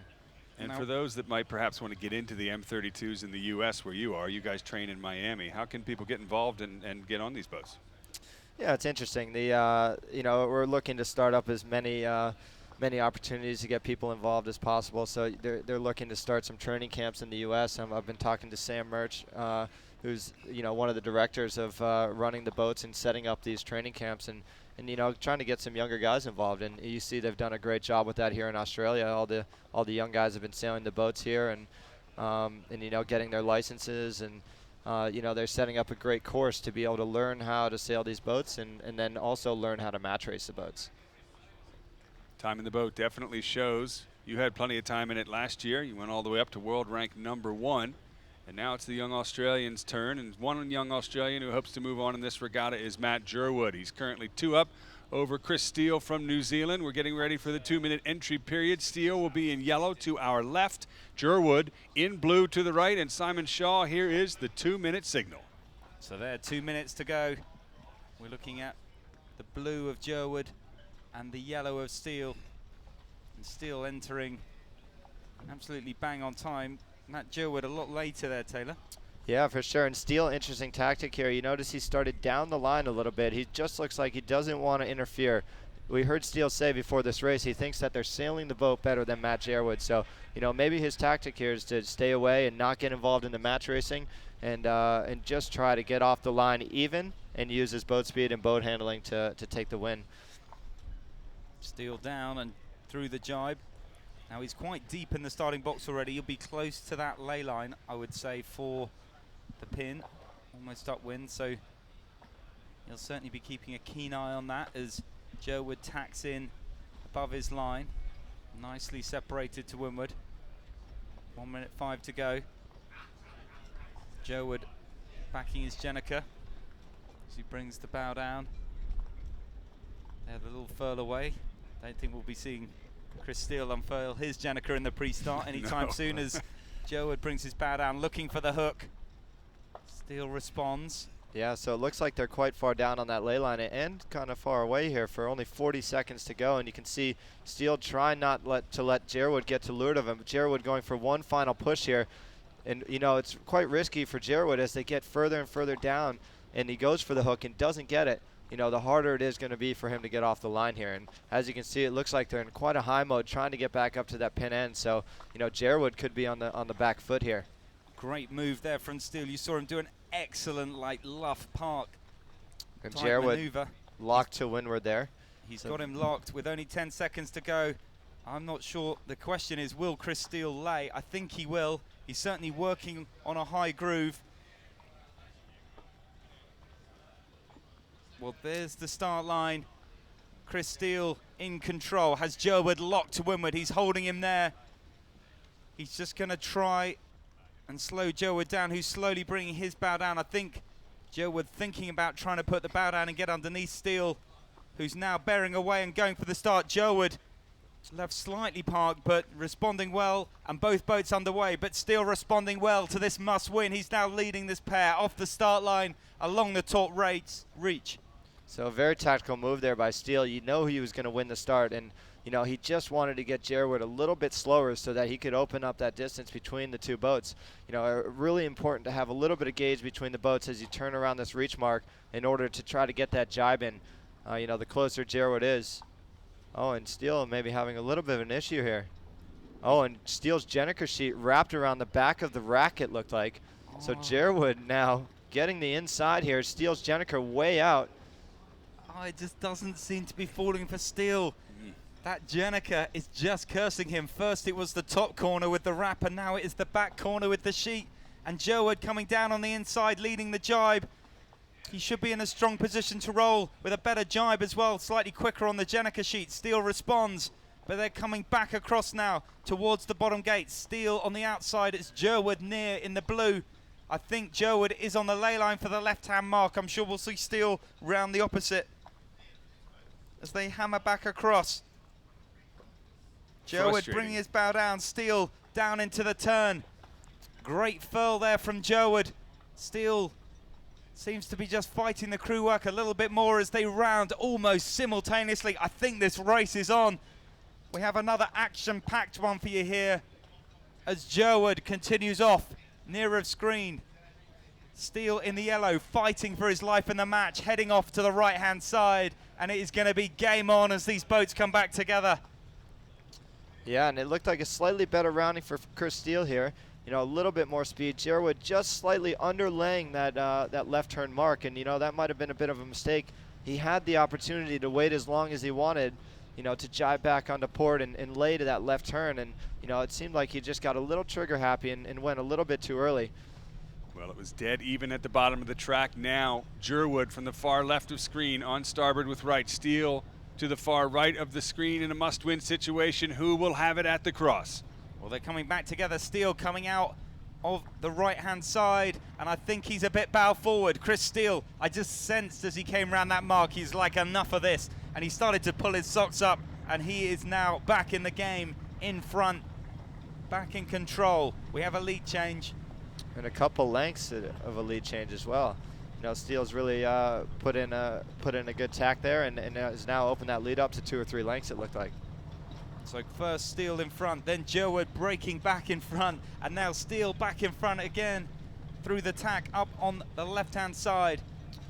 And again, no unfurl there. Yeah, and again, a bit of a confusing call. It looked like Freddie Orell had gone in early to try to get that Jenica out, and you know, by the time he was going to get it out, it looked like Steele had, you know, called him off and said, oh no, we're all good. But, you know, it did look like it was a little bit slower than it should have been. Well, they lost that weight in early. Steele coming back across now with the starboard advantage, perhaps 3 or 4 lengths clear. I think eking out another couple of lengths there. And the Kiwi has said, enough of this, no more nonsense. Chris Steele doing what he needs to do to stay alive in the regatta. Now shifting over to the left-hand side of his opponent. And that will give Gerwood starboard advantage if he can get in touch, but it doesn't look like that's going to happen. Well, into the top mark. Steele on the ley line.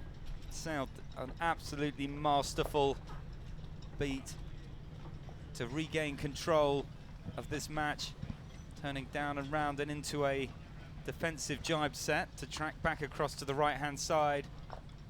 Gerwood now with the follow. So a smart move there by Steele, you know, just trying to stay in touch with the race. And in the breezier conditions, these jibe sets become more and more powerful as you can, you know, basically use that maneuver to get yourself down the course. You know the deploy is going to be slow anyways, so, you know, you might as well take a jibe and get on the longer board, you know, in doing so. Well, great sailing, and Gerwood there having a little bit of trouble, not quite getting that Jennifer out as quickly in his turn as he comes back across, and Steele jives underneath, flying the hull out of the jibe. Beautiful jibe there by Chris Steele. Gerwood really throwing everything at him, but he's sort of standing strong out in front.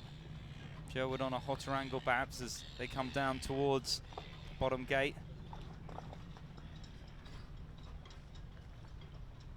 Steele around, Jennifer away, back up onto the top beat, no mistakes. And Steele opting into that right turn again. It looks like he did so in order to make Gerwood either follow him around that right turn or make Gerwood have to do the extra maneuver at the bottom of the course. So we'll see what Gerwood does, but likely a follow here in my opinion. And you were spot on. Taylor Canfield, he'll follow Steele upwind, the delta about 10 boat lengths and counting. It is Steele's race to lose. Well, 25-second lead. That's as solid as we've seen today, really. So if things stay as they are, we will definitely move into yet another match in this first to win 3 to move on into the semifinals. Gerwood has 2. Steele looking really good so far in this match. Leg 5 of 6, 1 more turn to go. I have a feeling we're going to see this go to 5. Yeah? It just feels like that way to me. Taylor? I don't know who's going to take it, but it feels like a real grudge match. This has come back alive. Momentum shifting back to Steele, but Gerwood has been so strong through these rounds. Yeah, I mean, as you can see, Steele opening up this lead, so he said it himself. He felt like they were sailing slightly better than Gerwood, so, you know, doing the right thing in that pre-start and unengaging and just trying to sail his boat around the course as quick as he can. You know, as we say that, we see Gerwood coming back across in a bit of a lefty. Gerwood could be back into this match from the left-hand side, right of screen in blue. He has gained quite a bit on Steele, but will it be enough? He's certainly come back stronger, but still 25 seconds ahead at that bottom gate. Still has a solid margin coming up to this top mark. I think just one more tack before he'll be laying this top gate.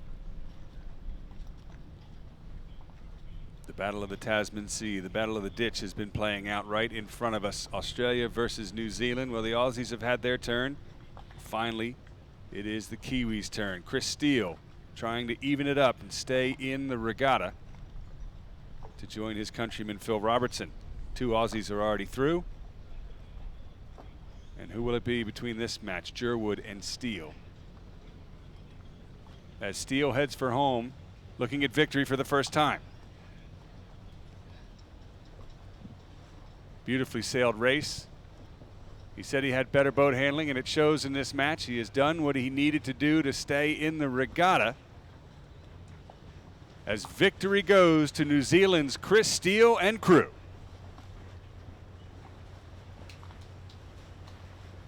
Now, Simon, as you say, the momentum shifting, the action heating up. Steele may have turned the tide. You think we're going to go to a 5th and deciding match between these 2 teams? New Zealand versus Australia. I mean, I guess you've got to see who wins the next one before you can be certain of that. But it just feels that way to me. You know, Steele, you know, he's got a solid team, and I don't know, Taylor, you know the sailors on board the boats as well as anybody. Do you feel as the day goes on, it does look like reasonably physical conditions, the snap on the Jenica being critical, needing to get a lot of main sheet tension, so some of the more dynamic kind of conditions for the crews. Do you feel that based on who the skippers have in front of them, that there's a little more power, horsepower on board either of those two teams? Yeah, you know, it's you know, the Red Line Racing boys and Matt Gerwood, they have a really young team, and you know, as it gets later in the day, you might see those older boys on Steele's boat start to fade a little bit. You know, I think he's got Freddie Orell, who's in his 40s, and then PG, who's, you know, in his late 30s. So, you know, these guys are quite old for sailing these boats against some of the younger teams, and you know, we'll see if they can hang on and dig deep for that little extra energy they're going to need to win this next race. But I mean, Freddie Orell has arms a bit like sledgehammers. I mean, they're big. He's a big unit. Is it about endurance? Is it power? Is it strength? What do you think is the critical factor? Yeah, it's definitely a little bit about both. You know, that endurance factor and just that brute strength factor. But you know, as you say, that Freddie Orell is a massive Swedish man. He is, you know, a Viking. Yeah, Taylor Canfield said you were going to fade. Let's see what happens when you hit the shore. No, yeah. I threw you under the bus a little bit there, Taylor. It's an interesting one. We are down on the water, I think, ready to have a little bit of an interview. We want to hear from the man himself, Chris Steele, and that fantastic comeback match in order to stay in the regatta. So, Chris, out onto the water with you, and you said you had the momentum behind you, and you came back in that one. Have you got it in you for another? Yeah, absolutely. I mean, we obviously got off the line in that one, which was a lot nicer to be out in front. We had an issue around that first mark with a tight sheet being stuck, which held up the defoy and let him back into it, unfortunately. But the boys did a real good job around the track, just hustling the boat around the course and making out to a nice little lead that we were able to hold on to. Great stuff. And we were just talking about the physicality on board, and you know, watching you guys man wrestle the Jenicas in and out of the power. We're thinking about your big muscle man, Freddie Orell. Is he hanging in there? Has he still got the strength? Yeah, absolutely. Big Freddie's definitely the powerhouse on the boat, and we try and load him up with work. And when he gets his timing right with his strength, you know, he's definitely the difference in these tighter situations. So, yeah, all the guys doing an awesome job. PG on the trim and Graham on the Traveller. We're getting the boat around the course a little better in that one, and obviously going to have to step it up again if we're going to get another one. Good stuff, Chris. Well, listen, good luck in the next match. Keep us entertained. Hang in there for 5, and we'll see you when you get in. Cheers, Shawsy. So that was Chris Steele. Seems pretty confident. I mean, he does, yeah. I mean, he sounds like he's the one 2-1 up in terms of the tone of his voice. I think that's the way to be. So we're going to go back and have a look at that pre-start Simon Shaw. Here we go, 30 seconds out. So here you can see it looks like already Steele has Matt Gerwood locked to windward, a really you know, favorable spot in these catamarans. You know, it takes quite a lot of space and this much breeze to get the bows down and behind Chris Steele. So, you know, Chris doing a nice job locking him to windward. And, yeah, you know, from there it was just about keeping him slow and just waiting for the gun. Well, you know, it's all about keeping that gauge tight at the start of that incident for me. If we just rewind it, actually, we'll just take it back 20 seconds. And from here, as it plays out, this is where, for me, slightly vulnerable. You can see Matt Gerwood starting to bring the bow down, but Steele keeping just enough momentum on his boat to close down that gauge. You see him start to build. And Gerwood really unable to build over the top. There was a bit of a threat. He used that distance to close up the gauge, built speed really quickly there. And at this point, he's bow forward and he's strong.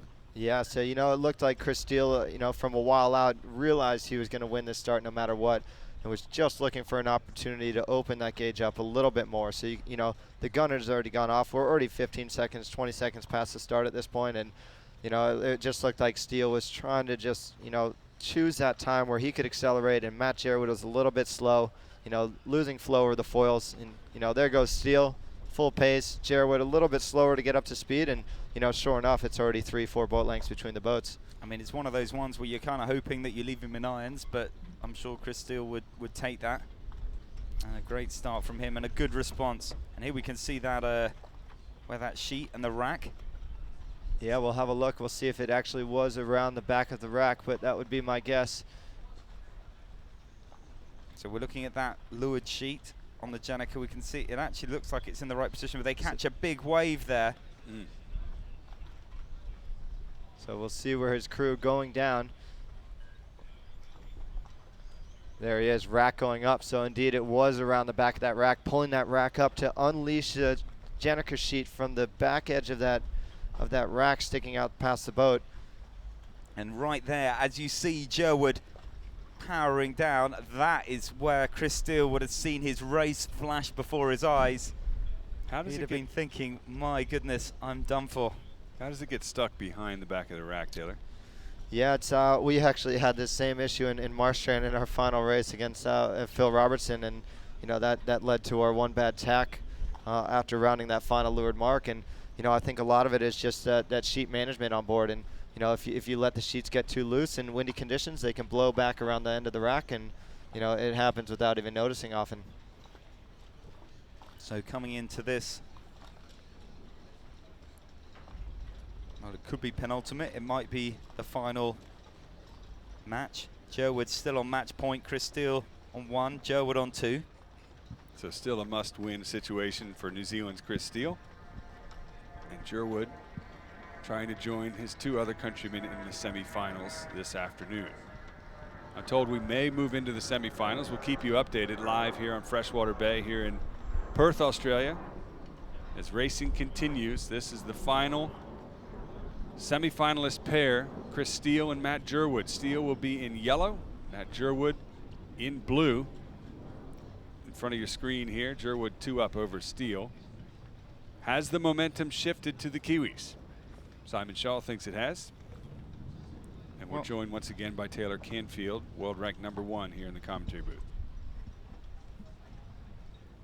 I mean, we'll see. I mean, Gerwood sailing so well through this competition. Undoubtedly has the capability just to, if Steele lets him get ahead, I think he has all of the skills just to stay there, maybe even extend. Now the 2-minute signal will enter for both boats, and it's going to be Steele entering from above the signal boat, Gerwood to leeward. And Taylor, how aggressive do you think Steele's going to be in this pre-start? Yeah, I think Steele might lay off a little bit again, but it's a little bit harder for Steele in this situation because he's entering as that that blue entry windward boat. So Gerwood has a little bit more control than he had in that last start, so he can control how aggressive he wants to make this. So you can see him already coming up at Steele. Steele quickly jibing on the starboard. Gerwood now having to keep clear. Janiker's coming out. So I think Gerwood realizing that Steele doesn't want to engage. And taking that to his advantage, and just trying to put a little bit more pressure on Steele to put him in a hard spot in this pre-start. So Steele reluctantly unfurling the Jenica and following Gerwood across to the left-hand side. So I think we'll see Freddie Orrell watching that furl quite well as they put that thing away on that yellow boat. Here they go into a furl. We'll see if they can get it away well this time. Looks like inch perfect to me as Steele turns up. So Gerwood going into a jibe. Steele following into a late push here. The boat's probably 25 to 30 seconds away from the line already at full pace with only 58 seconds to go. So Steele definitely has some pushing to do here. Coming in fast, Chris Steele in the lure position, coming under the line of Matt Gerwood, looking to try and get the hook, and he's coming really fast. Gerwood with the response.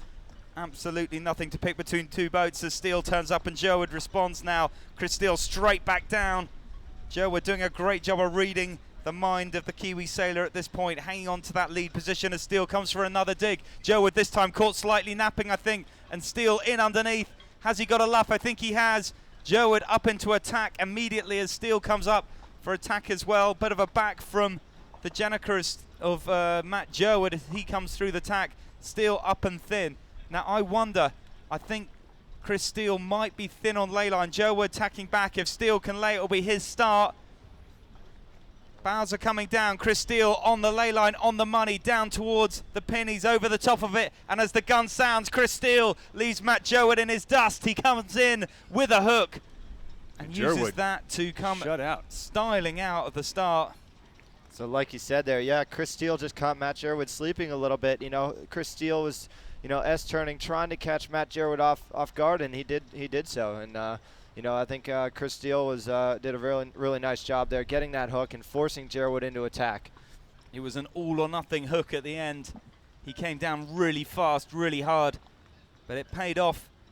And he's managed to close out the start. Now, Chris Steele out in front. Matt Gerwood, the one that needs to respond now. Get that Jenniker sheet in, Matt.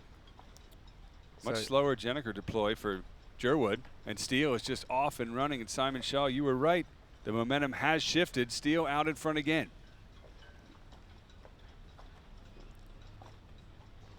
See there, the real energy. Not a lot of Jenniker furl there to go through the turn.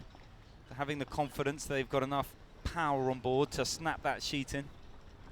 Yeah, absolutely. I think as the breeze comes up, some of the teams have been experimenting with a bit more of a blow-through jibe technique. So, you know, not much of a furl on there. And here comes Gerwood foiling into the leeward mark, choosing to go the opposite gate. Bit out of sorts there. Slow rounding from the left-hand side for Gerwood. But only a 9-second delta, so right in this race still. I think it looked like Matt Gerwood just stumbling a little in that tack, but the boat actually keeping its way on. And Gerwood looks a little bit bow down on port as he comes up into his tack. I think better breeze, though, to this side where Steele is, Simon. Yeah, I like it.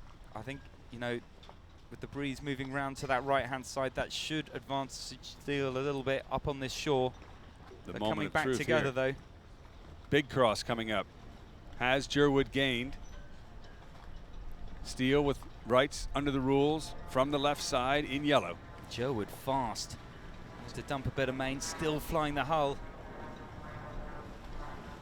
To my eye, Steele across, but still a very close race. Gerwood almost with a, I mean, it looked like he did a little bit of a duck, even though he didn't really need to. I mean, they are inches apart now, and it's going to come down to how good these next tacks are. The next section of this race is going to be critical. Gerwood heading to the right-hand side. When they come back together, he will have right of way, he will have starboard advantage. Both boats heading to the exclusion zone, into their corners. And Chris Steele looking a little bit light as we say that. You can see his windward hull just dropping down into the water. So slow going into this tack. We'll see if he can get a good tack. A bit of a check of the furl. No Jenniker deploy, but you could see Freddie Orell ready to deploy if he needed help. But a bit of a slow tack. Breeze just getting to Steele's bow now. And definitely going to be a close cross as we come back together. Looks like Chris Steele is probably laying that right-hand turn, but Matt Gerwood not laying the left-hand turn. So Matt Gerwood hoping for a piece here, but does not look like it's going to happen. Chris Steele, I think, has made it through. A couple of inches has become a couple of boat lengths. I don't think Steele's just on the lay. I think he's sailing a slightly hotter mode. You can see that Jenniker just starting to break out a little. And he's actually a bit bowed down. I think he's under this lay, and he's going to have to do 2 more tacks. Matt Gerwood coming in from the right-hand side. It is all to play for, coming in at the top. Gerwood in the blue, coming in on port, and Gerwood is going to be faster than Steele as they come up to this top gate. Chris Steele is around, but Matt Gerwood is going to have closed up a little. Steele rolling immediately into a jibe to stay in touch with Gerwood, who's rounded much closer than the last time. And we powered downwind. Gerwood with good speed, trying to get over the top of Steele to seal the deal in 3. So Steele with a very defensive move there, jibing with Gerwood, trying to just stay between his opponent and the mark, not let shifts come into play. Both foils going down on board Chris Steele's boat as they turn down into the jibe. Big snap of the Jenniker onto the ley line for that right-hand mark. So again, Steele doing a protecting jibe there. Did not look like he even went near the boundary, but maybe laying into that right turn. I think that's the ley line. Steele fancying that right-hand mark. He has the options of both. So a really conservative furl from Steele, making sure that furl is perfect for this final upwind. And when that takes bravery, when you've got a boat that close behind you, to spend a boat length or two just making sure. Gerwood splitting off to the right-hand side. Now the side that Gerwood is going to, I'm just looking out over the course now. You can hear the trees rustle. The breeze is definitely picking up. There's a new breeze that's just come across the race course, and it is on the side, at least to my eye, where Gerwood is. He's behind by about 10 seconds, 8 to be exact. Could this be his moment to catch Steele and take that quarterfinal spot, or will Steele have it from the left-hand side? Well, Steele's already come on to attack to come across to this left-hand side. Taylor up into attack again. It's another critical cross. Yeah, absolutely. And you can see from our video here, it looks like Steele is across by at least 4 lengths. So hooked into a little bit of pressure that Tucker couldn't see from the booth up here. But you never know. I've seen races, including some of yours, go unexpected directions. Ouch. Well, maybe you saw the breeze better than I did down in the water. So Chelsea and I have never lost a race from the commentary booth. There's the cross. Steele is still ahead. Great sailing by Chris Steele. This will level the series at 2-2, and we will go to a Southern Death showdown to see who will take that final third race. Southern Death. Southern. Down under. Southern. The battle of the Tasman Sea between Australia and New Zealand is playing out right in front of us. So now Chris Steele doing a backing tack on that tack. Maybe he's going into a little bit more conservative mode, you know, not risking not getting through the tacks. You know, he realizes he has a decent lead here, so he's, you know, making sure that he gets through the tack on his first go. Meanwhile, Gerwood has tacked from the right-hand side of screen. The teams converging again. It is Steele's race to lose. Now we have seen Jan Gishard come back on a beautiful little left-hander at the top of the race course. Steele will be conscious of that, tracking back across into the center of the course as he comes up towards this top gate. Gerwood not laying the top as Steele tacks what should be for the last time onto the line, and not a great tack. He's actually moving backwards. No. And at the moment, Matt Gerwood coming in underneath. He'd need a big lift to try and get in. But Steele at the moment over the top of him, still not really moving very quickly. Gerwood may lay. He's certainly got his bow right up in a high mode. You can see both hulls in the water. Steele looking to lay around the top. Gerwood trying to get in underneath. But it is Chris Steele who just cracks his main on to the final reach. And that tack right there settles it. The door almost cracked open a little bit for Matt Gerwood, but Chris Steele closed it right away. He's able to make it up around the final turning mark on ley line. Just popping up onto the foils and back down again. He'll cross the finish line and even the score at 2-all to Matt Gerwood. Wowee. And you were right, Simon. This is going to go to 5. It's gone to 5, and you know, I think this is going to come down a lot to the start. For me, if Steele can get in front off the start line, I kind of fancy him to hold on to it from here. I think Matt Gerwood needs to win the pre-start. He needs to get in front from the gun, or at least from early in the race. And I think if he can do that, he has the power. He has a chance to hold on. If Steele's in front, I think he's going to stay there. Yeah, absolutely. It looks like Chris Steele's actually sailing the boat quite well around the course. You know, his moding upwind actually looks a bit better than Matt Gerwood's, to my opinion. But, you know, like you said, if he gets off the line ahead, he's going to be a tough one to pass. Well, let's go back down to the starting line, Simon Shaw, with our replay, revisit how things went on the starting line about 30 seconds out. So this is half speed coming in from behind Matt Gerwood.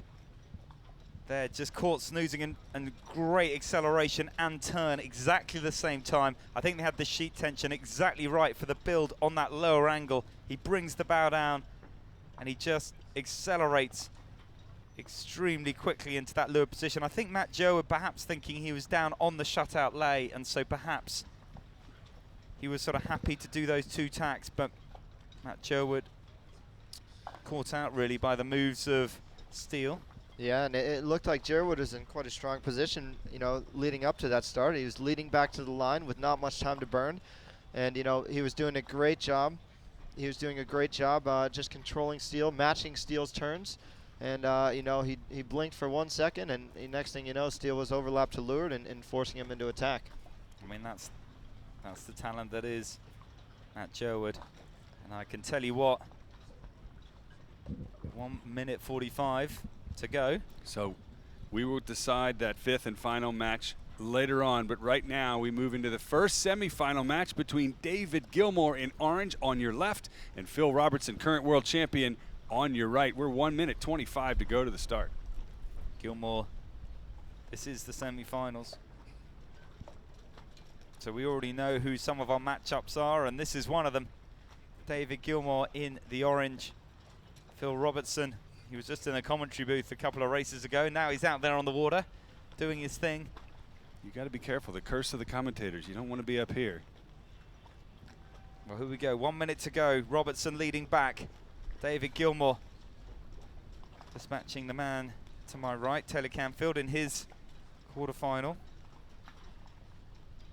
And Taylor, with 48 seconds to go, you were watching, well, you obviously had the pleasure of watching David Gilmore up close and personal in your quarterfinal. How do you think he's going to fare against Robertson?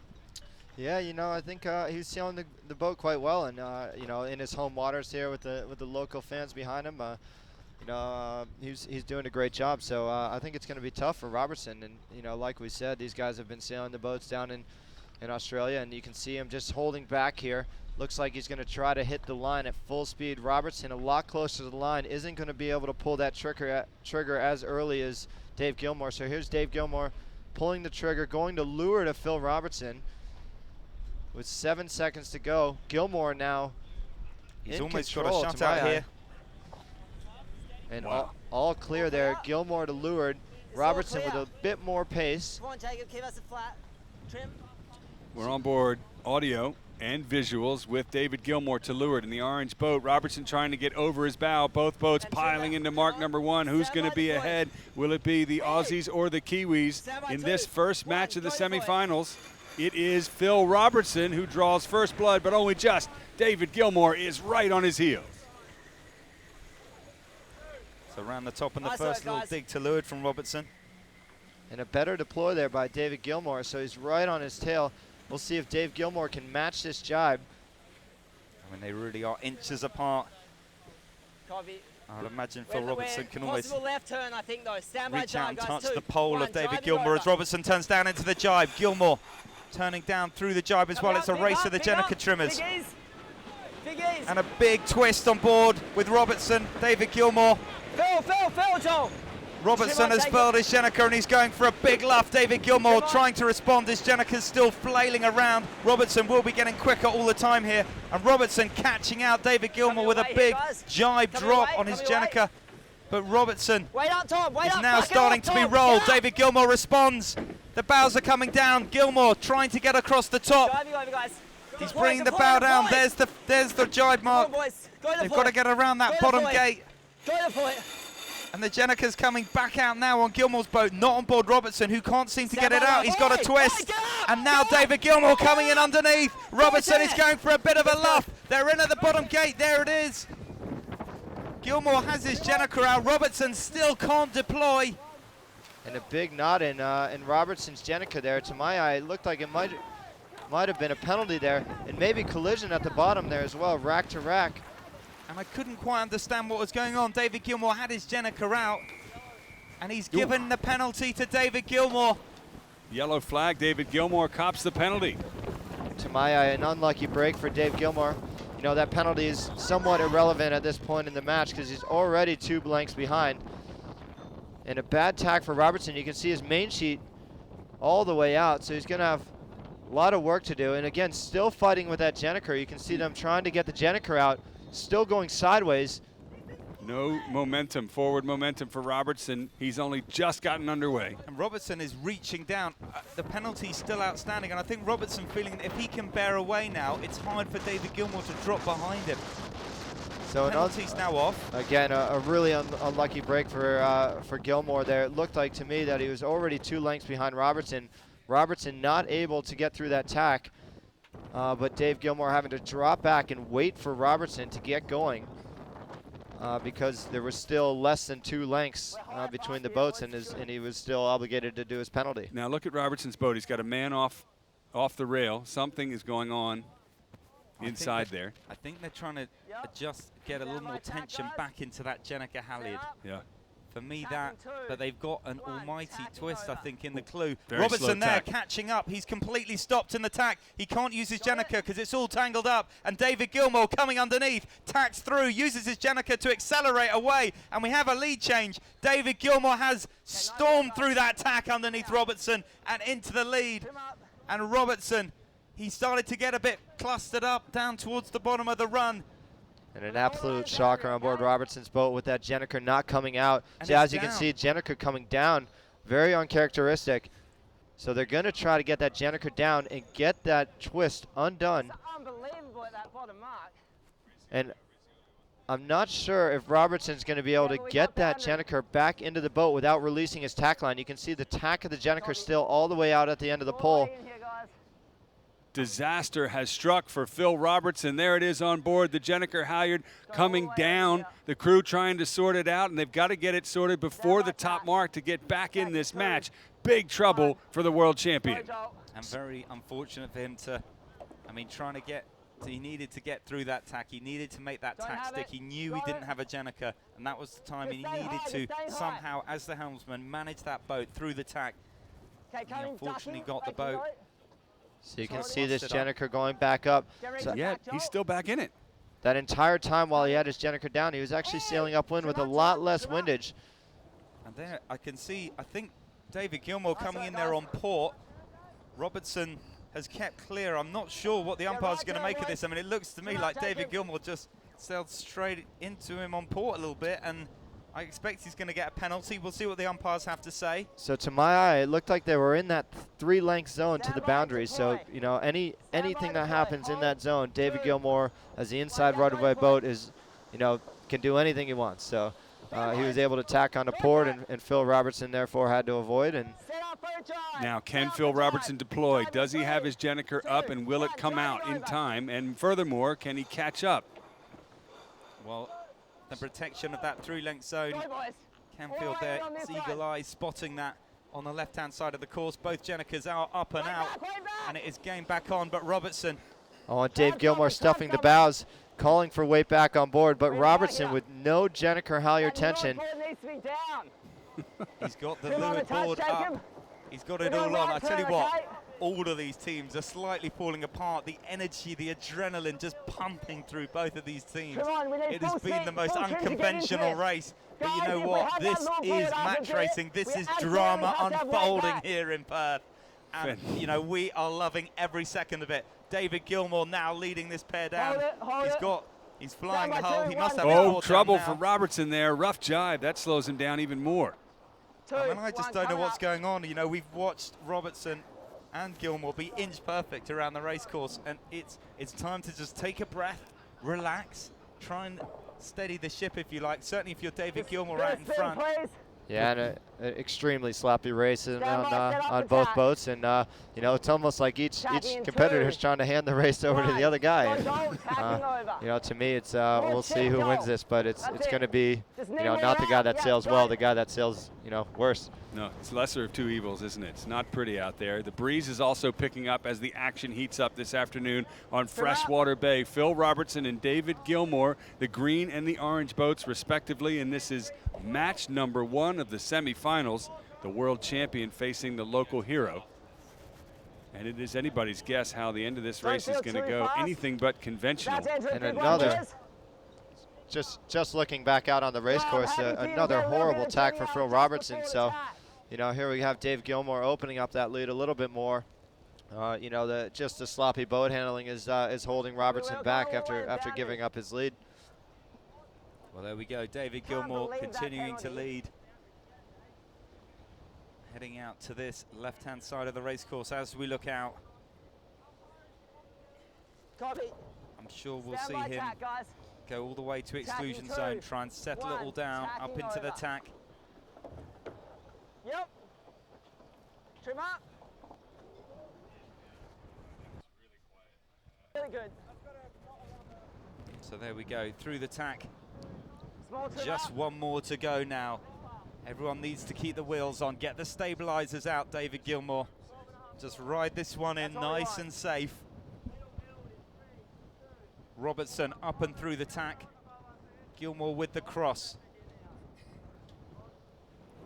So one more tack for Gilmore here. All he needs to do is get through this tack. It actually does not look like Robertson will lay that right-hand turn to the finish.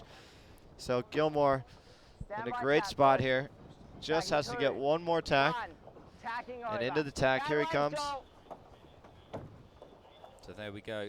Jenica out through the tack. He makes it. Traveller coming back up as the windward hull starts to rise and the momentum builds on the boat, and with it the momentum of David Gilmore in this match. Into the top gate. Going to the finish, right?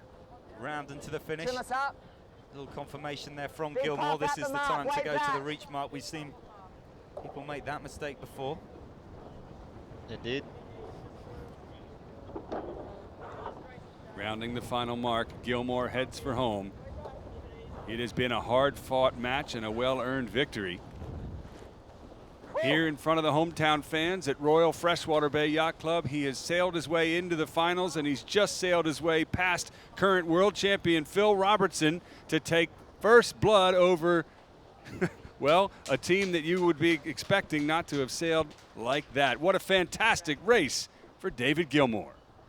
Well, he's through in that popular with the home crowd. The first race of a best of 5 to see who will make it into the final.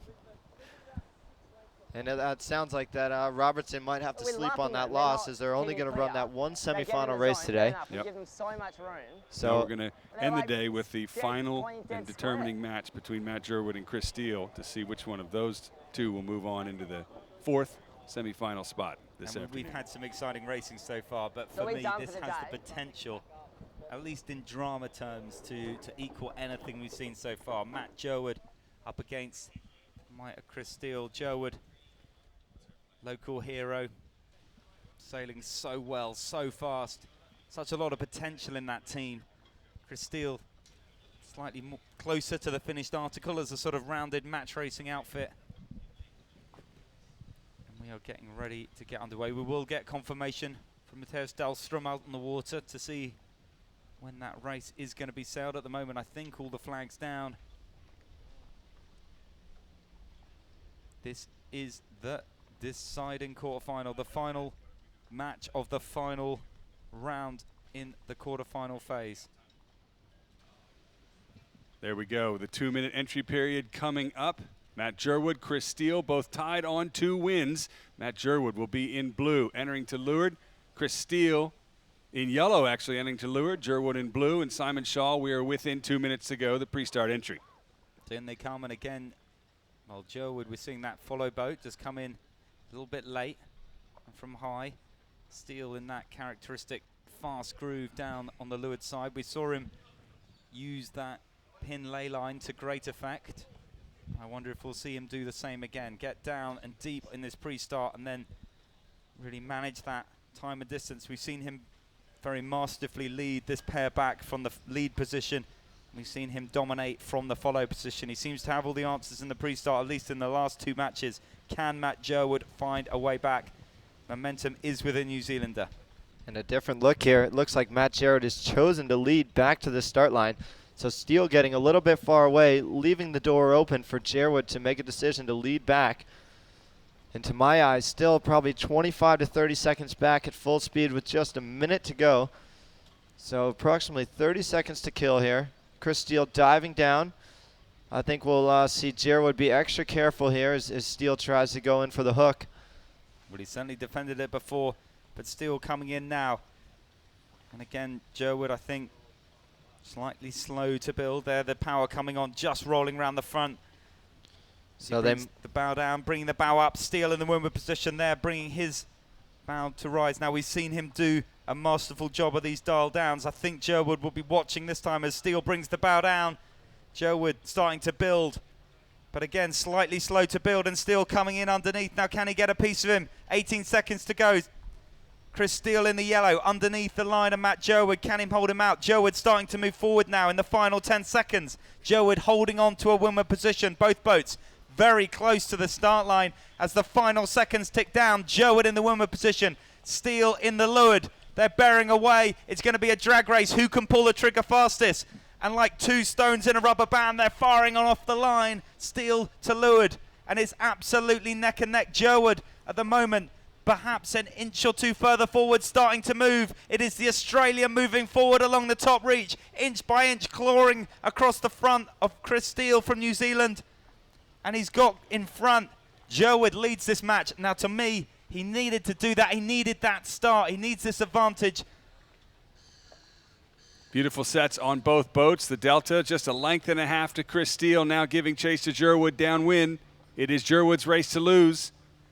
Breeze picking up here on Freshwater Bay. And now the next move, a jibe. And a big decision here for Gerwood, trying to choose this ley line, trying to minimize maneuvers. So we'll see Steele going into a simultaneous jibe. We'll see who can come out better here. In this last match, we saw Dave Gilmore and do the same thing.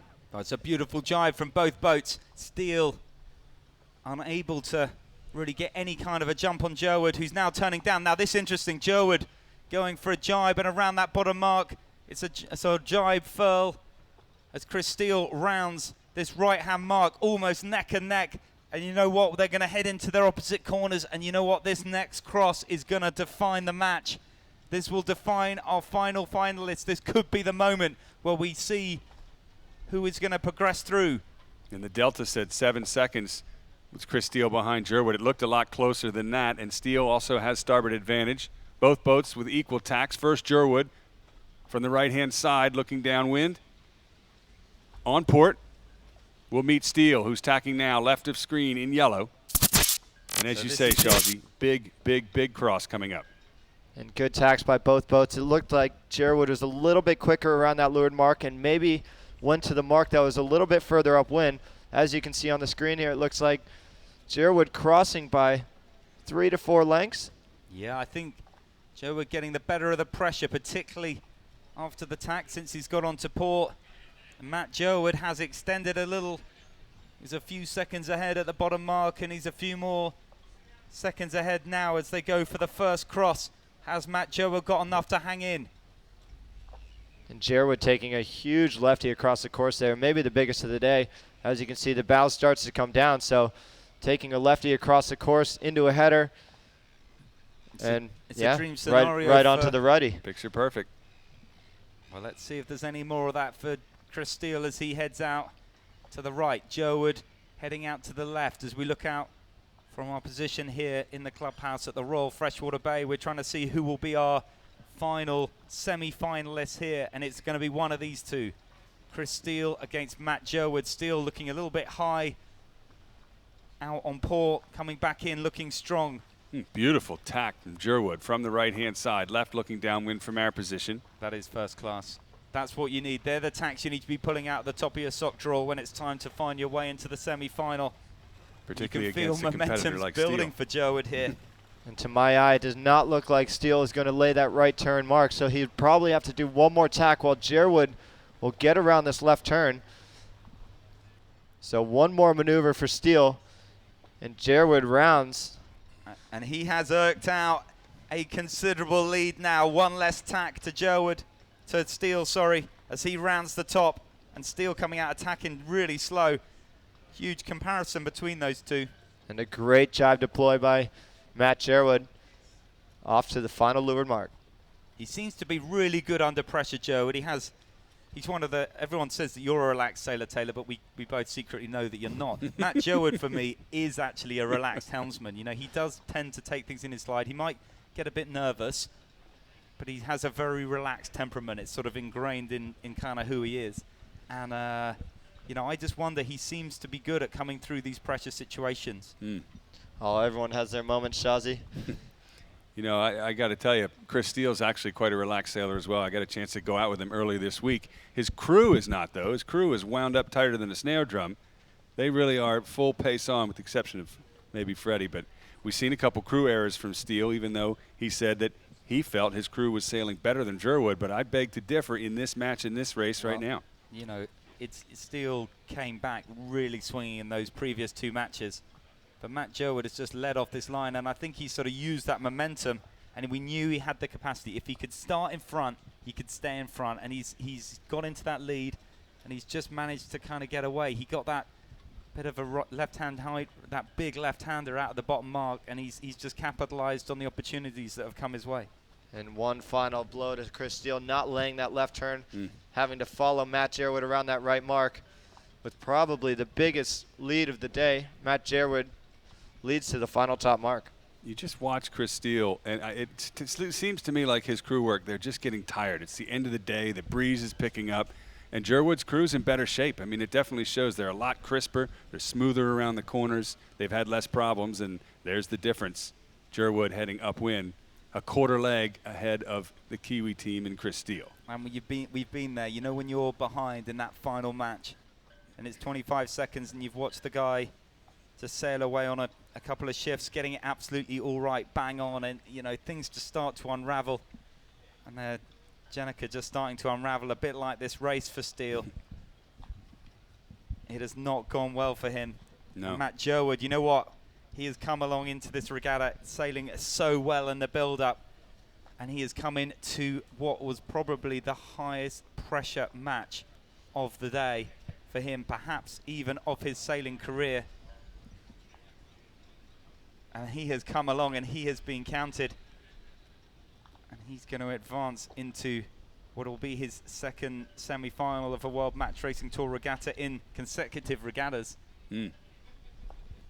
Looking at this match, you know, it's not necessarily, people don't remember how you started, they remember how you finish. And Gerwood has definitely got the better of Chris Steele all the way around the track in this final race. Beautiful tack there yet again. I mean, that is first class. I can imagine we're going to be just rewinding and playing that. There'll be a few teams having a little watch of that. Well, Taylor said it a couple races ago that Gerwood was the team they've been studying for tacks. One more tack to go for Matt Gerwood and crew. The young Australian team will join 3 other Aussies for the fight in the semifinals of Match Cup Australia here this afternoon. There it is, the final tack, just as good as all the others. And on to the top reach, into the finish. You can hear Gerwood, can you already hear the crowds erupting underneath? And for good measure. He's done what he had to do. They went into this match 2-all.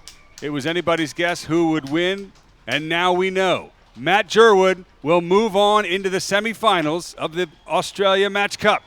And you know what? Matt Gerwood coming through the line. This was, for me, going to be the toughest of the quarterfinals.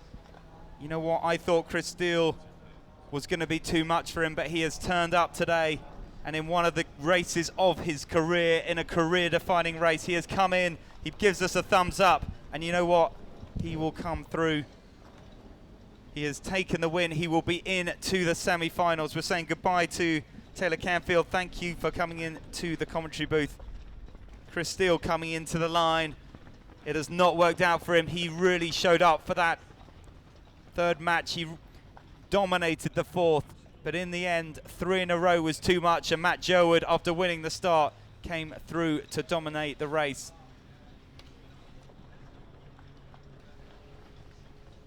So, a great result. We have our semi-finalists. We will bring final confirmation of the results before we go off air. And we're also going to try and tee up an interview with Gerwood, a well-earned win 3-2 over Chris Steele. He just looked dominant. Just looked stronger. His crew work better, crisper, better shape. This has been one of the biggest defining regattas of the World Match Racing Tour. What a day, and look at the results. Tucker Thompson, why don't you take us through? Well, now we know who the top 4 semifinalists will be. David Gilmore and Phil Robertson. They've already had one match. Gilmore got the better of Robertson. Torvar Murki now knows he will face, and it's Matt Gerwood tomorrow afternoon. 4 teams have moved on here in the Match Cup Australia, and of course only 2 will be standing for the finals tomorrow. Only 1 will be victorious. Now we're going to go back down on the water to hear from Matt Gerwood himself. Let's see if he's there. So Matt Gerwood, I think we have you out there on the water, Matt. 2 apiece in home water, probably the most high pressure situation you've been in on this World Match Racing Tour, and you found a winning performance. How does it feel? Oh, Simon, it feels awesome. Definitely the pressure was on, you know. Chris is a fantastic competitor, and, you know, it's never fun when you're 2-0 up and you're faced at 2-2, but, man, the boys, they stuck together and we came through. And it looked like into that final run, the racing so physical. You know, how hard were your guys working in front of you on the boat? My boys are putting in 100%. You know, they work hard. We're very lucky. Our sponsor, Southern CrossFit Gym in Willetton, they really look after us with our programming, and it shows at the end of the day. And you know, there's a lot of sweat, but and a few suns out, guns out. But yeah, no, Simon, they're working hard. And you're into the semi-finals now. I think you're up against Torvar Murki. It's turning into a bit of an Australian finish to the regatta out here. What's your feeling? You must be proud to have so many Australians doing so well. Yeah, Simon, I'm not really surprised, to be honest. Us Aussies, we work hard. You know, like there's something in the water down here, Simon, and you know, we're ready to take it on. Torvar's a champion, and especially when we were young, we looked up to Torvar and his Murki racing team, and yeah, we can't wait to give him a shake tomorrow. Well, look, if there's something in the water, I'm going to make sure I drink a couple of glasses of it before I head home. Well done, Matt. Congratulations into the semi-final. Thanks, Simon. Redline Racing out.